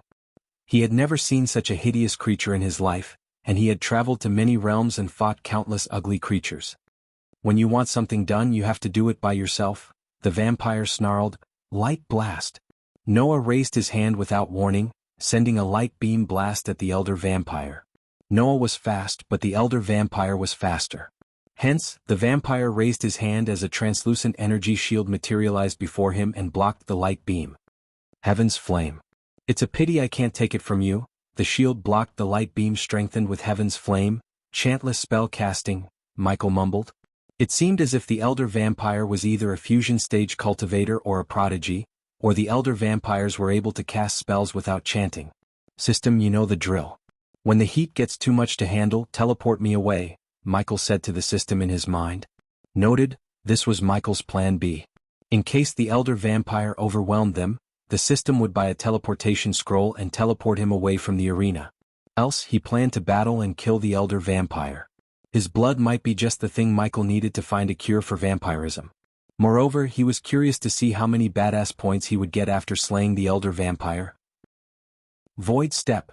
Unlike Michael, who stayed behind scheming in his head, Noah dashed at the elder vampire. Clang, clang, clang. Noah swung the sword covered with heaven's flame at the shield. Although the shield flickered, the shield did not break until a fist poked through the shield. Boom. Noah blocked the fist with his sword. However, the force behind the punch overwhelmed Noah as he was sent flinging in the air. The lack of light really suppressed Noah's power, and without Michael by his side to fight, Noah stood no chance against the elder vampire's punch. This didn't mean Michael could battle the vampire without breaking a sweat. In a blink of an eye, the elder vampire dashed at Michael after hitting Noah. Despite the elder vampire's bloated body, his speed matched Michael's speed when using the lightning dash. The elder vampire brought down his fist on Michael, who had his instincts kick in to block the punch. Michael put his arms before his face to block the punch, and when the fist collided with Michael's arm, a loud booming sound reverberated in the area. As the outcome of their collision, Michael's feet were pushed several inches into the ground. After that, the elder vampire repeatedly beat Michael like a drum. Sponsored content. Visit Readle. Me for extra chapters. Boom, boom, boom. The elder vampire kept bashing him with his fists. Michael didn't even have a single second to breathe. To Michael, it felt like he was being slammed by an elephant. His forearm went numb by blocking the vampire's punches. If it wasn't for the APD constantly injecting him with healing potions, he would have been either dead or broken to pieces. At that moment, APD was the only thing keeping him from becoming a victim of the elder vampire. Enough. All of a sudden, Michael's eyes flared up for a second before he grabbed the vampire's hands. He manipulated the darkness, drawing strength from it to thwart the elder vampire's punches. Arg! Michael shouted as he fought against the raw strength of the vampire. The ground Michael standing on was cracking as his feet kept going deeper and deeper. Erch! Crying out loud, Michael punched the elder vampire in the belly using all his strength. Boom! The punch's force pushed back the vampire a few feet backward. One could see the ripples on the vampire's bloated belly and a tinge of surprise in his eyes. Void step. After Michael punched the vampire, Noah leaped at him in a flash. Soon, Noah appeared above the vampire's head and brought Michael's sword down the vampire's neck. Ring of fire. Immediately Michael cast the ring of fire to entrap the vampire within the circle. But, in midair, Noah held the sword in one hand and pointed the other at the fire, sending a stream of heaven's flame to the crimson-red fire. Noah and Michael's coordination and speed stunned the vampire. Before he could even react, the crimson-red fire turned golden. These golden flames burned many of his underlings to ashes. Even though he was powerful, the elder vampire did not dare to underestimate heaven's flame. The elder vampire was a second late to react, resulting in Noah stabbing him in the shoulder. Bang. The vampire moved quickly to swat Noah away from his shoulder like a bug. Boom. Michael used the opportunity to dash at the vampire before punching him again in the stomach. Bang. With a single backhand slap, the vampire sent Michael flying just like Noah. After streaking through the ground for a few long, painful seconds, Michael picked himself up from the ground as the APD sent a dose of healing potion into his bloodstream. Noah, who stood a few meters away from Michael with tattered white robes, chugged a healing potion down and threw the vial aside. "He is too strong," Noah exhaled. For a moment, the three stood without raising a finger. "And you lost the sword?" Michael looked at the sword stabbed into the vampire's shoulder. The sword almost looked like a needle due to the bloated size of the vampire. "Annoying bugs." The vampire bore his teeth to reveal the long razor-sharp fangs. The two fangs were long and menacing as Sabertooth's canines. As he took a step forward, a large mace materialized in his hand. The mace almost looked as though it was made of blood rather than metal. With each step he took, the ground trembled. "Don't worry, your bodies will heal," the vampire menacingly grinned at Michael and Noah. If anyone else were in Noah and Michael's shoes, they would have started to shiver. The amount of pressure they both felt could crush any body-strengthening stage cultivator into a bloody pulp. Despite the pressure, they remained calm. There was no use in panicking. Boom. The elder vampire pounded a body on its way to a pulpy mess without showing any shred of sympathy for his kind. The blood vaporized into the air and entered his body. After the blood entered his body, he licked his lips. Chapter 5:12 Battle concludes. The elder vampire caught them off guard by suddenly dashing at Michael. Immediately Michael raised his sword to block the mace. Boom. The moment the sword and the mace collided, Michael's sword broke into pieces and threw him backward a couple of meters. "Now you pissed me off." Seeing the broken sword in his hand, Michael growled. He loved those two black swords, and the elder vampire broke one like a twig with a single swing. Now Michael had to forge or buy a pair of swords from the system for a ridiculously high price. The price was why Michael hadn't purchased a sword from the system. There were better choices in the auction houses than the swords in the system. Unfortunately, the system locked the ores behind an upgrade wall. So without upgrading the system to a certain level, Michael wouldn't be able to buy them. Instead of wasting his badass points on a pair of swords that could be outclassed by swords forged in this world, Michael used the black sword given to him by the Cain elders. Seeing Michael standing with a broken sword, Noah turned his head to look at the white sword behind the elder vampire, several feet away from them. "Go get it," Michael nodded at Noah before dashing at the elder vampire. The elder vampire swung his mace, sending a crescent blood wave at Noah, but Noah raised his hand, firing a stream of heaven's flame to cut through the blood wave. On the other hand, Michael reached the elder vampire and leaped onto the vampire's belly. He climbed onto the vampire's stomach as quickly as possible before the vampire could react. Bang! Michael kicked the vampire's chin with enough force to numb his feet. "Arrgh!" the elder vampire roared, which sounded more like a roar of an annoyance than hurt. Michael tried to grab the sword sticking out of the vampire's shoulder, but before he could get his hands on it, the vampire tried to swat Michael with his big fist. Bang! Michael stomped the vampire's face, crushing its nose. Yet, the broken, crooked nose set itself in a matter of seconds. However, it pissed off the vampire as it began to grab Michael violently.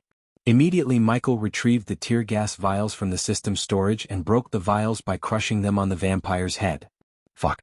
The vampire cursed as the tear gas made the vampire unable to move around by causing intense irritation to the eyes. Michael knew the tear gas could only be in effect for 10 seconds or so to a powerful being such as the elder vampire.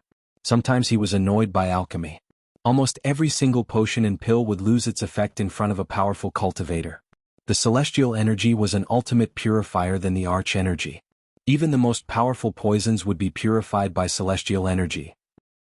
This was why killing a cultivator above the soul refining stage was near impossible by means such as poisoning. It was also why the system charged a measly amount of 20,000 points. Granted, being an alchemist was a great way to get rich. Still, when it comes to battle capabilities, there weren't many potions and pills that could really give him an edge when battling beings with higher cultivation stages unless he could get his hands on some potent ingredients. Unfortunately, the damn system overpriced every ingredient to the point that brewing the portion would not be worth the price. Boom. The vampire had enough of Michael's annoying tactics. Hence, the vampire clobbered himself in the face with the mace. The shock wave threw Michael off balance.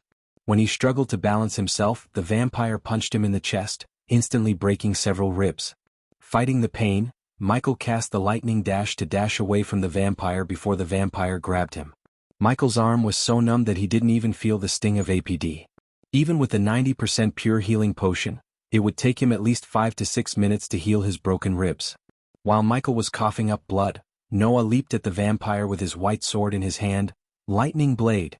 Michael saw a thick bolt of lightning shooting from Noah's sword to the vampire's head. The pure white lightning momentarily blinded the vampire and flashed across the arena. Noah's lightning would have reached the vampire's head if he, a bloated disgusting mountain of meat and fat, didn't jump in the air, overhead kicking Noah like a football. The agility and athleticism caught Noah off guard, and not only Noah but Michael too. For a moment, the bloated vampire looked like a professional football player.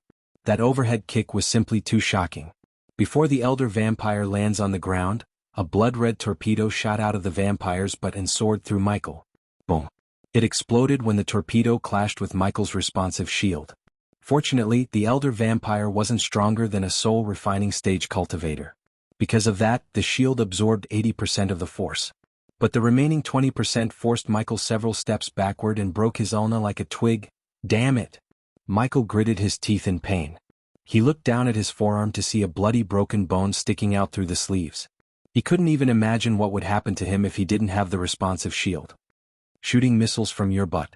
Real matured, you ugly fuck, Michael shouted at the vampire before pushing back the broken bone back into his forearm. It hurt like hell despite the APD sending a healing potion into his bloodstream. Noah had a look of surprise when he saw Ghost pushing back the broken bone. So many would have fainted in pain or screamed in agony. Yet, Noah saw no pain or misery on his face but intense killing intent in his eyes. After Michael set the ulna back in its place, the healing potion sped up a bit. I had enough of this, Michael mumbled to himself and looked up at the black cloth covering the arena's rooftop. Do you really think it's just a black cloth? The elder vampire snickered. Sponsored content, visit Readle. Me for extra chapters. Unless I want to, it's going nowhere. I am the overlord in this scene, the elder vampire oozed with confidence. The vampire stomped the ground as a sign of his dominance. I am Ghost. Michael's lips curved upwards, surprising the vampire and Noah. The next moment, Noah and Michael dashed at the vampire from back and front. Noah was the one behind the vampire, while Michael cast the lightning dash spell to face him head-on from the front. System scan completed. The dark net is a web of complicated runes and arrays intervened together. The system requires 200,000 badass points to disable the dark net. He heard the system sounding in his head, and although the required badass points staggered him to kill the elder vampire, he had to spend the badass points. Do it! Michael yelled at the system in his mind. But unlike Noah, he never planned to fight the elder vampire head-on. Instead, he planned to level the field by weakening the elder vampire. Sunlight was deadly to any vampire. That was why Victor or the other vampires wore dark robes covering their skin. But the elder vampire was too confident in his dark cloth blocking the sunlight. Thus he was as naked as a newborn baby. As though Noah had read Michael's mind, Noah changed his trajectory suddenly and dashed at Michael. When they both met a few meters away from the elder vampire, Michael leaped into the air as Noah grabbed Michael's feet and boosted him into the air using all his strength. While Michael was soaring through the air towards the black cloth, Noah threw his sword in the air, which was caught by Michael just a moment before he swung the white sword at the black cloth. Creech! The vampire was startled when he heard a tearing sound. He looked at the growing tear in the black cloth dumbstruck. Little by little, the sunlight crept through the gap, vacating the red ambience the vampires created. It's impossible, the vampire couldn't take his eyes off the tearing black cloth. One of the most powerful weapons the vampires had was destroyed in a matter of seconds. He spent the best years of his life perfecting the black cloth, only to fail. Meanwhile, Noah felt the light coming through the gap restoring his power. Noah gained power while Michael lost his power boost as the darkness was being replaced by light. Still, it was worth the trade-off because the light weakened the elder vampire more than it did to him. Even without the darkness, Michael was a soul-refining stage cultivator and still strong. But the same could not be said of the vampire as his power took a nosedive. Boom. Suddenly, Noah shot into the air from the ground like a rocket, cutting through the air. In mid-air, Noah grabbed Michael's hand, which was holding his white sword. They pointed the sword toward the vampire, diving down. The two of them looked like a meteor soaring through the air, creating a trail blaze. At that moment, Noah and Michael shared the same sword and aim, killing the elder vampire. The elder vampire's battle instincts kicked in as he raised the mace in the air to deflect the sword. Additionally, the translucent red shield bubbled around the vampire, who had no longer wished to stay in the arena because of the sunlight. Boom. However, when the duo and the shield collided, the vampire's blood shield shattered into hundreds of tiny shards. The shock wave burned everything around them in a 10-meter radius. Poch. Noah and Michael did not stop as they entered through the vampire's chest, forming a vast hole and appearing out in the back, completely drenched in blood. Error! The elder vampire screamed in agony as his skin began to smoke. In a couple of seconds the sunlight completely burned his skin. Then, coupled with the huge hole in his chest, the vampire staggered aimlessly. Finally, after a long tiresome battle, they slew the elder vampire. However, Michael frowned as he didn't hear any notification from the system or receive any experience points. For some reason, Michael had a bad feeling in his guts, and when he turned his head, he saw the same concern on Noah's face. Chapter 5:13 Noah and Michael dead? Noah and Michael stared at the fallen vampire without batting an eye. Then all of a sudden the vampire began twitching his limbs. Soon, his whole bloated carcass trembled violently as yellowish goo oozed out of the tumors in his body. The strong putrid smell of ammonia and sulfur overwhelmed Michael's senses. It was quite nauseating as Michael had a strong urge to throw up. His face was turning green when the vampire's body began to bloat while his body released a green mist. "He's gonna explode," suddenly Noah shouted. In a snap of time, Noah cast the void step, grabbed Michael by his hand and dashed into the air. Michael had zero clue how Noah found the vampire was about to explode. But just as he said, the vampire's body bloated rapidly, releasing more and more green mist until it exploded. The explosion wasn't a small one. It was as though a mini atomic bomb had gone off. One could see the mushroom cloud from 100 miles away. Every single building within the 1-mile radius from the arena turned into ruin, and the Alchemy Guild, one of the oldest buildings on the Azer continent, crumbled down. Almost for an hour, no one could get closer to the arena, which was now nothing but a crater of ashes. Then, as Mother Nature had given the city her blessing, the dark rain clouds gathered above the arena and began to shower the city with heavy rain. The heavy rain quenched the heat radiation and settled the dust clouds around the arena. The rain also put the houses on fire and prevented the fire from spreading. At that moment, the sky was full of people and warships. The Guardians, the Holy Church, the King's Men, and every single noble family in Idrizel arrived at the arena to fight the vampires. It was a real pity that many were caught in the explosion and burnt to a crisp. Still, each of them received backup and brought their own rune masters and mages to control the fire and isolate the area. Since the dust storm settled down, revealing the ground below, several people descended to investigate the area. Alicia and Norvin were among them. Noah. As soon as Alicia's feet touched the ground, she shouted out loud. "Careful, what the hell happened here? Can you see anything?" The guardians behind her murmured. The heavy smoke and the ash from the explosion prevented them from seeing everything clearly. There was nothing but smoke and ashes as far as they could see. While they were aimlessly strolling in the smoke, a group of 12 men robed in pure white robes appeared above the ruins. The long white beard, the staff in their hands, and the pointy hats on their heads gave them an exotic mage vibe. Right at that moment, they formed a circle around the ruins. Surprisingly, the heavy rain couldn't drench them as it drenched everyone else. These mages remained as dry as a desert possible because of the translucent force field around them. Air purification, each of them chanted the word as they raised their staffs in the sky. From each staff, a bright light shot to the sky and met at a center point, forming a radiant orb of light. A few seconds passed when the orb of light transformed into a spinning chakra with a mile radius. Countless indistinguishable signs and letters formed the chakra. The chakra's brilliance lit the entire city of Oxshore and provided the people the comfort they needed. As the chakra rotated, sucking the heavy smoke and ashes, the chakra swirled in the sky, purifying the air until Alicia and the others could vividly see what was in front of them, which was nothing but barren lands. Alicia couldn't recognize the place at all. She felt as though she stepped into a desert only with ash instead of sand. As far as her eyes could see, she found nothing, not even a brick. "Look." Alicia immediately turned to the man who shouted to see a skeleton, and when the man touched it, the skeleton crumbled into white dust. Meanwhile, more and more people landed on the ground, including Olivia and Aishan. They joined in the search for Noah and Ghost. To be honest, Only Olivia came to search for Ghost while the Guardians focused on finding Noah. But, deep down, Alicia wanted Ghost to be one of those skeletons. Since Olivia had no sway with the Guardians and they had already refused to search for Ghost, she began to run around the barren lands searching for her teacher. But, of course, if this happened in Elon, the entire river town and the Sunrise sect would have been on the scene. But unfortunately, Michael had no connections in the Azer continent. If anyone could survive this, it's Noah. Seeing Alicia's eyes watering up, Norvin gently patted her on the head. While they were scouring through the ashes, a group of 12 men dressed in silver armor with the crest of the Guardian Guild on their chest landed on the ground.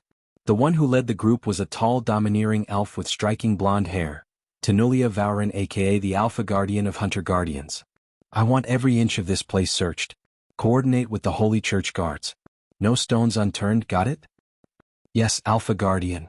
The Guardians behind Tanulia raised their voices, and each of them dashed in a direction to search the premises. We will find Noah, Tanulia said when he came to Alicia and Norvin. Grandmaster Aishan. Tanulia then turned her gaze towards Aishan, who was still looking pale and terrified. How is Lord Hendrix? He is now stable. The healers asked him to take a rest. I have assigned my best men to protect him. His safety is our top priority right now. Ghost? Their conversation was abruptly cut short when suddenly a panicked voice reverberated in the area. They all looked in the direction of the voice to see Olivia frantically digging through the ashes. They all rushed at Olivia and saw a hand sticking out of the ash. Quick! Tanulia shouted at the men surrounding her. But no one needed an order as they had already begun to dig the ashes. Alicia and Norvin joined in the digging. The more they dug, the more they uncovered Ghost's body. While digging, Norvin felt another hand beside Ghost. His speed doubled, thinking it might be Noah. Just as he guessed, when Norvin and Alicia dug out the ashes, they uncovered Noah's body. Sponsored content. Visit Readle Me for extra chapters. Together they all finally managed to dig out Ghost and Noah. Unfortunately, both of them were in pretty bad shape.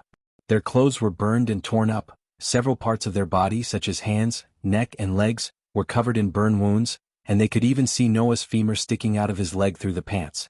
Are they alive? Aishan asked while the Guardians were carrying them away from the dig site. He has a pulse. Olivia grabbed Michael's hand and sensed a weak pulse. Bring me the healers. Tanulia shouted as several Guardians flew out of the ruins to bring the healers to her. Meanwhile, the Guardians placed 2 wooden beds on the ground instead of taking them out of the crater. The rain slowly washed off the ashes on their faces. Alicia and Olivia's tears also hit their faces along with the raindrops. What are you doing? Looking at Olivia taking out a healing potion from her space ring, Tanulia questioned her, but instead of responding to Tanulia, Olivia gently poured the healing potion on Michael's neck, which was severely burned by the explosion. The potion healed up the wound but not the marks. Afterward, Olivia took out another potion and gently poured it into Michael's mouth. Wake up, Ghost. Olivia could barely speak those words through her lumped throat. Most of the sparkling potion leaked out of his mouth. This was why the others waited for the healers. Instead of dumbly pouring the potion down an unconscious man's throat, the healers would turn the healing potion into an easily absorbed vapor and send it through the patient's skin pores. However, Olivia had neither patience nor trust in the Guardians after she read how they try to drive people by hiding the vampire's existence from the world. As a result, not only Olivia but many people shared her thoughts and lost faith in the Guardians. After what happened in Adrizel spread across the world, the majority of the people would blame the Guardians. However, the Holy Church was already on a secret mission to dethrone the Guardians. Today they received an ultimate weapon to use against the Guardians. Tanulia or the others didn't give a damn about Ghost. Hence, they didn't stop Olivia from pouring vial after vial into his mouth.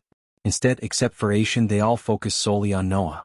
Suddenly, before the healers could arrive, Ghost's finger twitched. Ghost? The sight of Ghost's pinky finger twitching may be the happiest memory she had ever experienced. Michael gasped for the air, opening his mouth. Immediately the healing potion in his mouth went down his throat. As soon as the healing potion reached his throat, the wounds on his body began to close up. The redness gradually returned to his body as they all stared at Ghost's breathing, getting heavier and heavier. Looking at Ghost responding to the healing potion, Alicia wasted no time. She took out a bunch of healing potions Noah brewed and smeared them on Noah. Wait for the healers. Tanulia didn't want Alicia to choke Noah with healing potions. She had witnessed many unconscious soldiers die because their fellow soldiers tried to pour down healing potions down their throats. There was a reason why the battlefield had healers and tents to treat unconscious soldiers. With a flick of her wrist, Tenulia paralyzed Alicia before she killed Noah. On the other hand, Olivia kept shaking Ghost by his shoulder. His eyes abruptly opened, shocking everyone. "You whack." As soon as he opened his eyes, he turned his head, throwing up blood. "Ghost?" Olivia's motherly instincts kicked in as she held his head sideways to make his vomiting as comfortable as possible. She kept patting and brushing his back while Michael continued to throw up blood. A few minutes later, Michael finally stopped coughing up blood. He took out a healing potion and chugged in one gulp. "Teacher," Olivia said, but Michael raised his finger, wordlessly telling her to wait. He then stood up from the bed and took out another glimmering jade vial. Under their stunned gazes, he emptied the potion into his mouth. The miraculous potion healed his burned skin, visible to the naked eye. "Arg," Michael growled as he rotated his head, producing cracking noise. "I am never judging a competition again." Chapter 514 Noah warns Alicia. Michael spit a bit more blood and took out a leather pouch from his system storage. "Teacher?" Olivia tried to say something, but Michael raised his finger as he took a long sip of water. He kept drinking until Tenulia cleared her throat. "What happened here?" Instead of answering Tenulia, Michael looked at Noah, who lay on the bed unconscious. "Give this to him if you want to save him." Michael took out a sparkling healing potion Olivia used on him and threw it at Tenulia. "His pulses are fading. You should act quickly. Where the fuck are the healers?" Alicia shouted. "He is right." Norvin nodded. "We can't waste a single second soon." The golden Babaru snatched away the healing potion from Tenulia and poured the potion into Noah's mouth before anyone could stop him. As a golden Babaru, not only could he sense life signs but also sense whether something was poisonous or not. Hence, Norvin didn't hesitate to give Noah the healing potion because he sensed no poisonous energy. His finger twitched as soon as Michael's potion touched Noah's mouth. Michael sighed inside. He never thought he would be indebted to Noah. Yet, when the vampire exploded, Noah saved him by casting a protective shield around them. Besides, the system surprisingly urged Michael to save Noah. As for why, the system gave him no answer. So if it weren't for the system, Michael would have left Noah to die. "Noah!" Alicia shouted, tears rolling down her rosy cheeks. "How long was I out?" Michael asked Olivia, ignoring Alicia. Despite the risk he took, Michael received only 300,000 experience potions and 10,000 badass points for killing the elder vampire. Michael wasn't happy with what he received since he almost died. After the elder vampire exploded, Noah cast a protective light shield around them. But unfortunately, the shield could only cover one person and Noah let the shield save Michael instead of himself. Michael would have chosen himself and not Noah if the roles were turned. 6 hours, Olivia shocked Michael. "Damn it," Michael yelled at himself. He was completely unconscious. This was the closest Michael came to death. When he and Noah went through the elder vampire's body, he took a flesh and blood sample. At least something was worth the risk. Using the samples, Michael was confident of brewing a potion that might cure vampirism. "Tell us what happened," Tenulia coldly exclaimed. "Vampires happened. Didn't those who escaped tell you?" Michael stretched his arms and legs while responding to Tenulia. He looked down on him to see his clothes ripped and torn. The black robes now looked dirty brown. Under their gazes, Michael poured down the water in the pouch onto his head, washing the ashes off of his hair. Then he willed the system to equip a new set of robes. The explosion. "Tell us about that," Tenulia asked, not minding he's changing his robes like he was going on a vacation. "You know the one scary one who tried to kill Lord Hendricks?" Michael asked, looking at Asian as the old man nodded. "He exploded?" For a few moments, no one uttered a word until Norvin managed to find words. "Why?" "Because we killed him." "Who do you think cut open the blanket covering the arena?" A glint of shock and surprise emerged in Tenulia's eyes. Michael expected her to be shocked. Obviously, the Guardians would have tried to destroy the dark cloth and failed. Michael paid a whopping 200,000 badass points to disable the runes and erase into the dark net. If the system charged that much, there was no way the Guardians could have cut through the dark net in a short amount of time. Thus, her shock didn't surprise Michael. Cough. Subsequently, Noah coughed up blood just as Michael did. Michael was glad to see everyone was focusing on Noah instead of him. "I assume your competition got the boot," Olivia cried and laughed at the same time as Michael wrapped his hand around her shoulder. "I am sure your team would have won the competition." Michael rubbed her shoulder playfully. "I don't give a damn about the competition. You scared me to death," she purred like a little girl. "Next time I will run away with you. Happy?" Michael laughed. Michael turned his back on Tenulia and her group to leave the area when he heard Tenulia's voice once again. You cannot leave. Olivia saw the smile on Michael's face vanish into thin air. He turned back and looked Tanulia in the eyes. Why? 1. We still haven't figured out what happened here. 2. We have a witness claiming you killed Lord Gabriel. Several dark lines formed on his face as he creased his brows. Standing beside Michael, Olivia shared the same look. Killed Gabriel? Ghost tried to save him. I saw that, and Grandmaster Aishan too. Olivia defended Michael. Michael turned his gaze to Aishan, who immediately avoided direct eye contact. I'm not sure what I saw. Everything happened so fast. At this exact moment, Michael had a strong urge to kill Aishan. However, it wouldn't take a genius to figure out that the witness was none other than Alicia, who held a grudge against Michael for exposing her brother and destroying his life. At that moment, Michael regretted not killing Peter in the forest when they first met. When Michael gazed at Alicia, Norvin felt a chill looking at Michael's eyes. They were the eyes of a killer, and every fiber in Norvin's body told him that Ghost was not just a killer but a predator. He sensed an overwhelming power within Ghost that could rival the power of Noah himself. Since Norvin didn't wholly comprehend his newly found powers, he couldn't make any connection between Noah and Ghost. As far as he was concerned, the power radiation he felt might be because of Ghost's higher cultivation stage. Are you arresting me? Michael tilted his head. If everything went according to his plan, the Alpha Guardian wouldn't be alive to arrest him in a few days. Don't act so innocent. I saw everything. You let him go. You killed him, Alicia roared. Sponsored content. Visit Readle. Me for extra chapters. Alicia couldn't stay silent for long. Her hatred and anger blinded her mind and made her ignore Noah for a few moments. I didn't. Michael simply shrugged. Of course Michael killed Gabriel. He intentionally shot lightning bolts at Gabriel so he would lose his grip and fly into the red hole. Unfortunately, he didn't anticipate Alicia's quick reflex to grab him and Aishan's interference. Gabriel would have been alive if Michael didn't grab him before he could be pushed away from the suction force. But instead, Aishan, the old bastard, interfered and tried to save Gabriel. Unfortunately for Gabriel, Michael had already fixed his mind about killing Gabriel. Gabriel's hands weren't slipping away. Instead, Michael was the one who let him go. Is this about your vigilante brother? What was his name? Peter? Michael pouted to mock her. As soon as Alicia heard Ghost uttering her brother's name, she lost it. The golden spear still burning with heaven's flame materialized in her arms. Just as she was about to leap at him, a hand grabbed her spear and stopped her. They all looked down to see Noah opening his eyes. I will tell you everything that happened here. Noah rose from the bed. If anything, we should thank him for helping me take down the vampire, Noah calmly said to Tanulia. To be honest, Noah didn't like the way Tanulia treated Ghost. As far as Noah was concerned, if it weren't for Ghost, the elder vampire would have killed him and his friends. But once again Ghost helped him. We can let them go. Despite talking to an Alpha Guardian, Noah seemed domineering. His voice contained an authority that made Tanulia's tone weaker. Noah then turned to look at Ghost, who was slightly surprised by Noah's words. I thank you on behalf of the Guardians for your help, Ghost. I'm in your debt. Well, it's your lucky day as you have a chance to pay the debt. Michael yet again completely ignored Alicia and smiled. You've been engaged to her. Michael looked at Olivia and then turned back his gaze to Noah. But she's in love with someone else. So I'd appreciate it if you annul the marriage agreement. Consider it done. Noah nodded. Olivia felt like a mountain of pressure being lifted off her shoulder. She let out a deep sigh. Thank you, Master Noah. Olivia bowed to show her gratitude. She didn't expect Noah to be so generous. So many young masters considered annulling a marriage a shame, but Noah was so benevolent. No. I should be the one asking your forgiveness. If I knew you were in love with someone and didn't like the marriage, I wouldn't have agreed to it. No. How could you have known?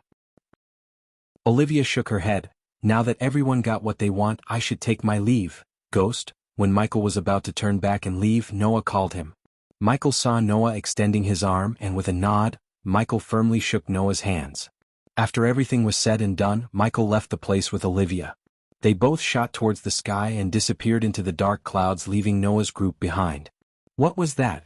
The moment Michael disappeared into the clouds, Tanulia coldly asked Noah, Forgive me for taking up the authority, Alpha Guardian. But we need to make allies instead of enemies. This vampire threat is not a joke. A single vampire decimated one of the highly protected places in an hour. Noah looked around and sighed. If we want to defeat them, we need powerful allies. Considering Tanulia knew about Noah's identity and how important he was to the guild, she remained calm. although she didn't like how Noah interjected and disrespected her rank. Then Noah turned his gaze towards Alicia, who was trembling in anger, and Alicia, the sooner you accept what your brother did was wrong, the better.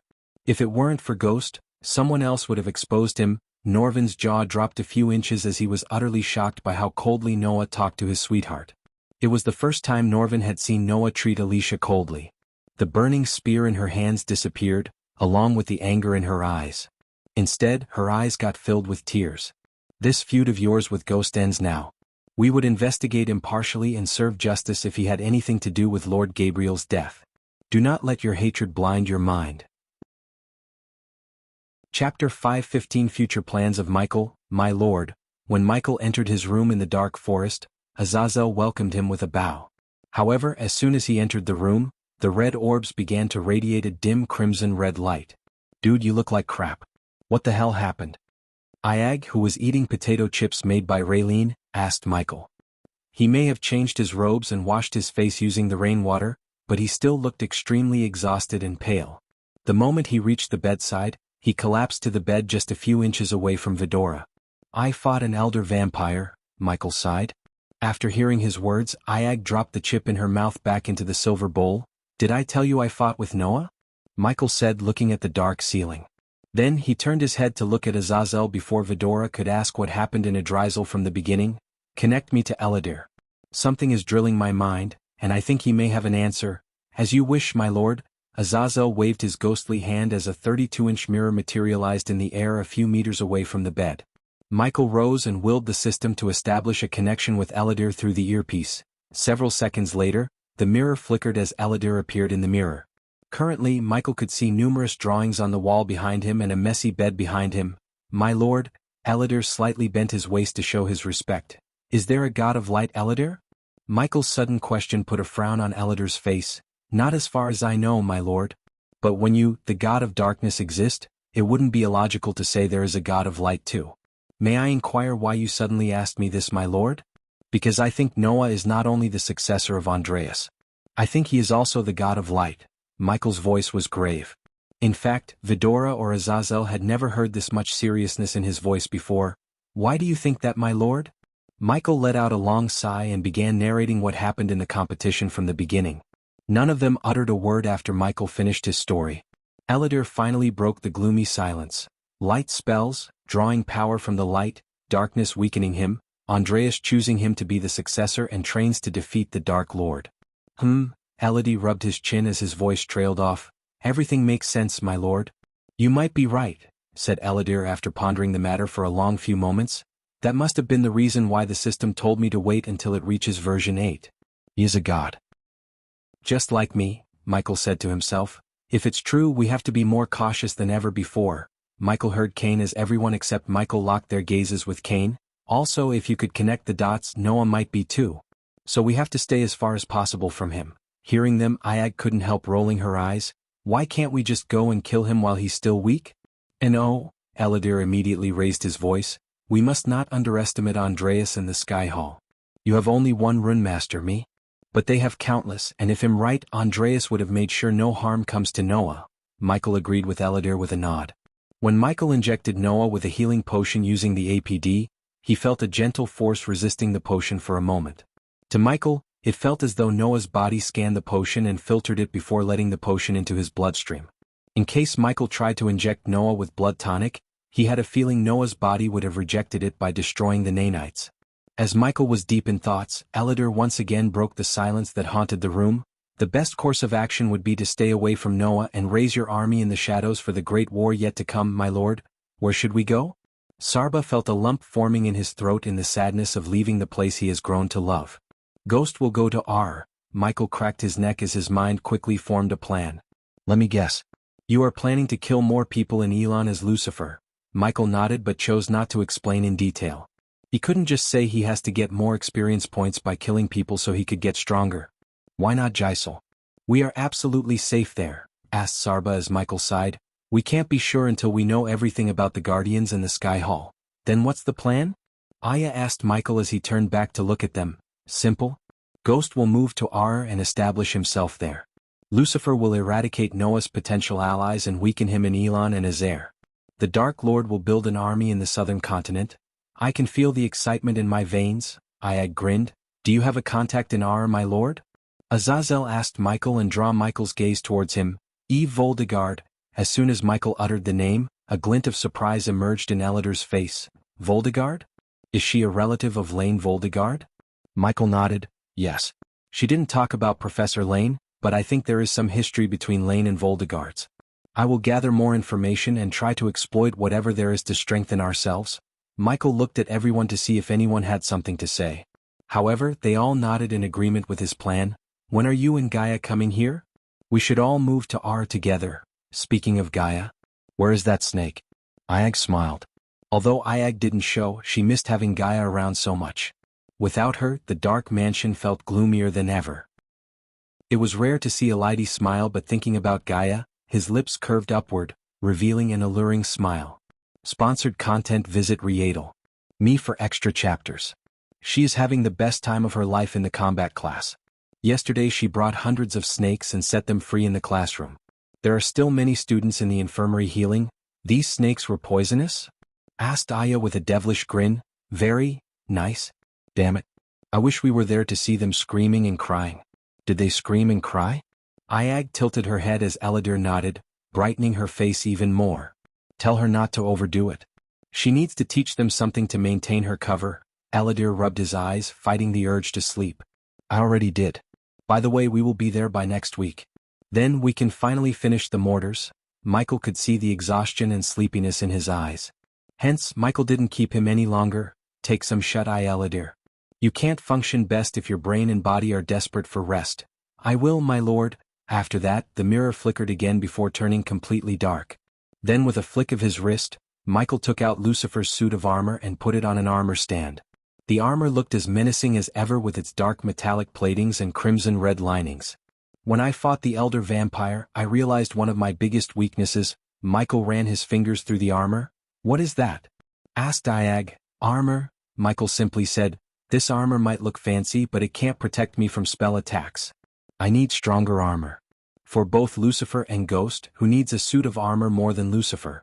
While fighting as the Dark Lord, Michael could unleash his full power without worrying about exposing his identity. Hence, Michael was relatively safe fighting as Lucifer than as Ghost. Granted, there were cool clothes in the system store, but they were not armors. To forge stronger armor, he needed stronger materials. Unfortunately, the system locked the ores and armor materials under an upgrade wall. In other words, until he upgrades the system to version 8, he wouldn't be able to buy a suit of armor or any materials from the store to forge a stronger unique armor. However, it never stopped Michael from getting what he wanted. The Aqua auction might have what I need to forge armor. Eve said she knows some blacksmiths who are capable of forging any sort of armor. Also, we should recruit a loyal blacksmith. Ar might be a good place to start looking for suitable candidates, Kane reminded Michael. To become a blacksmith himself, Michael would have to pay the system a whopping 700,000 badass points, and it would make him just a one-star blacksmith. However, if he found one with a blacksmith specialty, he could turn him or her into a 5-star blacksmith for 1.2 million badass points. Compared to alchemy, smithing was in a different realm. But, coupled with his inventor trait, Michael knew he would be able to create some nasty weapons that could change the tide of the war. Of course, Michael planned to become one himself in the future. But for now, recruiting someone else seemed like the cost-effective and plausible way. He wished Jack was here because Jack had all the requirements to become his personal blacksmith. His death was really a loss for Michael. Loyalty should be the key here, Sarba said in his soft voice as though he read Michael's mind. I am pretty sure we can find a desperate dwarf who would be willing to become the Dark Lord's subordinate in Ar. Michael devilishly grinned. Excitement rushed through his veins, thinking he was finally going to Ar, the most powerful continent of all. My lord, suddenly Azazel called him as Michael turned around. Today is the day we asked Miss Peyton to meet you and Maven. Oh, the assassination of the Alpha Guardian. I almost forgot about that. But you haven't killed her yet? Iag asked Michael. I will. Let's go meet Peyton, shall we? Michael willed the system to equip his armor as the suit of armor vanished from the stand and appeared on Michael except for the last piece, mask. It appeared in Michael's hands as he slowly put it on his face. Where are we going? Asked Sarba as they flapped their tiny wings to take off from the bed to Michael's shoulder. To the crypt. Michael activated the runic teleportation, and the next moment he just vanished into thin air, leaving Azazel behind. Chapter 516 Tenulia's brutal death under the sky of perfect midnight velvet, under stars so brilliant they drew the eyes heaven-bound, the music softly played by crickets and the ever-expanding ocean in front of Tenulia, made every second waiting for the vampire she was supposed to meet a beautiful yet heart-beating experience. She gazed at those bright friends of the moon and their pattern that seemed so fixed and yet ever-changing while the waves gently brushed over her feet. Her silver robes, adorned with golden engravings, fluttered in the wind, dancing to the rhythm of the sea along with her striking golden hair. It had been an hour since Tenulia arrived at the marked location on the parchment she received from a mysterious vampire. As far as her eyes could see, there was nothing but the ocean and an empty beach void of any life signs except a boulder 20 or so meters away from Tenulia. Regardless of waiting for a vampire in the middle of the night with no one around her, Tenulia had no fear in her heart at all. She was trained to remain calm and collected despite the situation by her mentors ever since she was born. The Alpha Guardian was not just a position. It was a state of mind. She was patiently waiting for the vampire and looking at the half-moon in the sky until she noticed a figure flying through the puffy white clouds accompanying the moon. The figure slowly descended onto the shot several meters away from her. The dark figure just arrived at the scene was tall, neither too skinny nor bulky, and wore ragged brown robes and a cloak to cover his face. Tenulia had seen beggars in much better condition than the man in front of her. However, she didn't show any scorn since she was not here to comment on his fashion sense but to do something that would save many lives. Tenulia Varen. Tenulia heard the man speak in an otherworldly, distorted voice that almost sounded mechanical. And you're the one who sent the potion in this? She slowly moved her hands to her waist and took out a parchment in her belt wrapped around her perfect slender waist. Since Tenulia was in civilian robes instead of her usual silver armor, one could clearly see her flawless hourglass structure. Furthermore, although the robes covered her arms, they failed to hide her muscle definition, which added an extra layer of charm to her beauty. Your people slaughtered hundreds of innocents today in Idrizel. Her eyes glimmered with rage and fury. That was a payback for what you humans had done, Tenulia Varen. Secrecy is the lifeblood of Nightwalkers. When it's threatened, it's only natural we retaliate. The words sounded colder than the words spoken by Tenulia. Name your price for curing Tiriana. Tenulia didn't beat around the bush. Instead, she directly asked for the cure so she could save Tiriana, who was dying little by little painfully. We have heard you're spinning the blame on today's message on rogue cultivators. By message you meant the massacre, right? You can take it however you want, Tenulia Varen. We wanted to send you a message and we did. Now we demand you turn us into a myth again. Otherwise, you will receive more and more messages every single week until... The vampire paused for a moment to let everything he just said sink into her skull. All humans are eradicated from the face of this world. Tenulia clenched her fist as the veins in her face bulged up. One could literally hear her grinding her teeth if they stood beside her. You want us to cover up your existence. A little bit late for that after your message, don't you think? That's your problem and you're getting the wrong idea here, Tenulia Varen. We are not here to negotiate. I'm here to tell you what you have to do to save your species. The vampire sternly said, leaving no chance for her to talk back. After hearing from Noah what happened in the Aqua Clan arena and what the vampires did to the people there, she did not dare to underestimate the vampires. Just a group of vampires massacred hundreds of people and prevented anyone from saving them. In a matter of a few hours, the vampires eradicated 80% of the alchemists in Elon and Azair. As a result, an alchemist's value on both continents would skyrocket in the future as the vampires created a massive void in the alchemy world. What about Tiriana? She can't survive until we do the impossible. You're drinking this potion is the price for saving her life. The vampire opened his palms to reveal a brownish potion glimmering from within. Is that poison? No, the vampire shook his head. Since he had a cloak and mask covering his face, Tenulia couldn't see his expressions. But judging by the tone of his voice, she could tell he didn't give a damn about her life at all. If we wanted to kill you, we would have done it by now. We Nightwalkers don't use underhanded tactics like your species. The potion floated towards Tenulia, revealing that the vampires could use arch-energy within the void line. Tenulia blankly stared at the potion hovering in the air in front of her before grabbing it. She looked at the potion in her hand without any idea what it would do if she took it. Do I have to take your word on that? How do I believe it's not the same poison you gave to Tiriana? You don't. If you value your friend's life, this is the price. With her eyes watering up, Tenulia opened the vial. She expected the air around her to smell different, but contrary, nothing changed as she still smelled the fresh salty air as before. The vampire stared at her, lifting the potion towards her mouth and pouring it slowly into her mouth. As soon as she emptied the vial, blood seeped through her nostrils. She slowly lost the strength in her legs as everything around her turned blurry. She tried to say something, but a mouthful of blood sprayed out of her mouth instead of words. Then, her skin turned paler than a white sheet in a few blinks of an eye. Finally, Tenulia collapsed on the sandy shore. Her body frantically twitched as blood seeped out from every pore in her skin, drenching her silvery robes with her blood. The sand beneath her slowly turned red around her.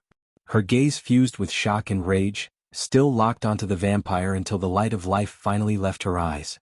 "Peyton," the vampire called out when Tenulia's body stopped twitching. Sponsored content. Visit Readle.me for extra chapters. For a few moments, there was nothing but the sound of ocean breeze and waves that haunted the arena. Then, several seconds later, a figure walked out of the boulder's shadow out of the blue. Currently dressed in black robes from head to toe, Peyton strolled toward Tenulia's body. "Is she dead?" Peyton removed the cloak covering her head to reveal her face. She turned her blood-red eyes towards the vampire and saw him nodding his head. Her face twitched, showing the burning anger in her heart. "I have to make sure," Peyton coldly snickered before retrieving a gray dagger hanging on her waist. "Bitch!" Peyton kicked Tenulia in the gut furiously and continued to do so to vent her anger.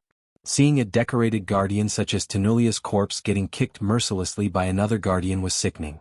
Peyton kicked and stomped Tenulia's body to the point she started to hear bones cracking in Tenulia's body. Then she dropped to her knees. "You betrayed me." Peyton raised her dagger in the air as far as she could and brought it down onto Tenulia's chest pulch. The blood sprayed out from Tenulia's chest as Peyton kept stabbing her repeatedly. Her rosy face was painted red with the blood sprayed onto her face. Still, Peyton continued to skewer Tenulia until she couldn't raise her hand anymore. After she was done stabbing Tenulia's dead body, Peyton turned around to look at the vampire. Under her murderous gaze, he removed his brown robes, revealing the dark metallic armor beneath. "Dark Lord," Peyton mumbled, looking at his terrifying stature. "I fulfilled my end of the bargain. Tenulia Valrin is no more," he said, stepping towards her. "The vampires will be blamed for her death." Peyton sensed his voice changing from mechanical distorted to cold demonic voice. Peyton stared at his crimson-red eyes for a few moments in silence. A year ago, she began her journey to hunt down Lucifer so she could climb up the ladders in the guild.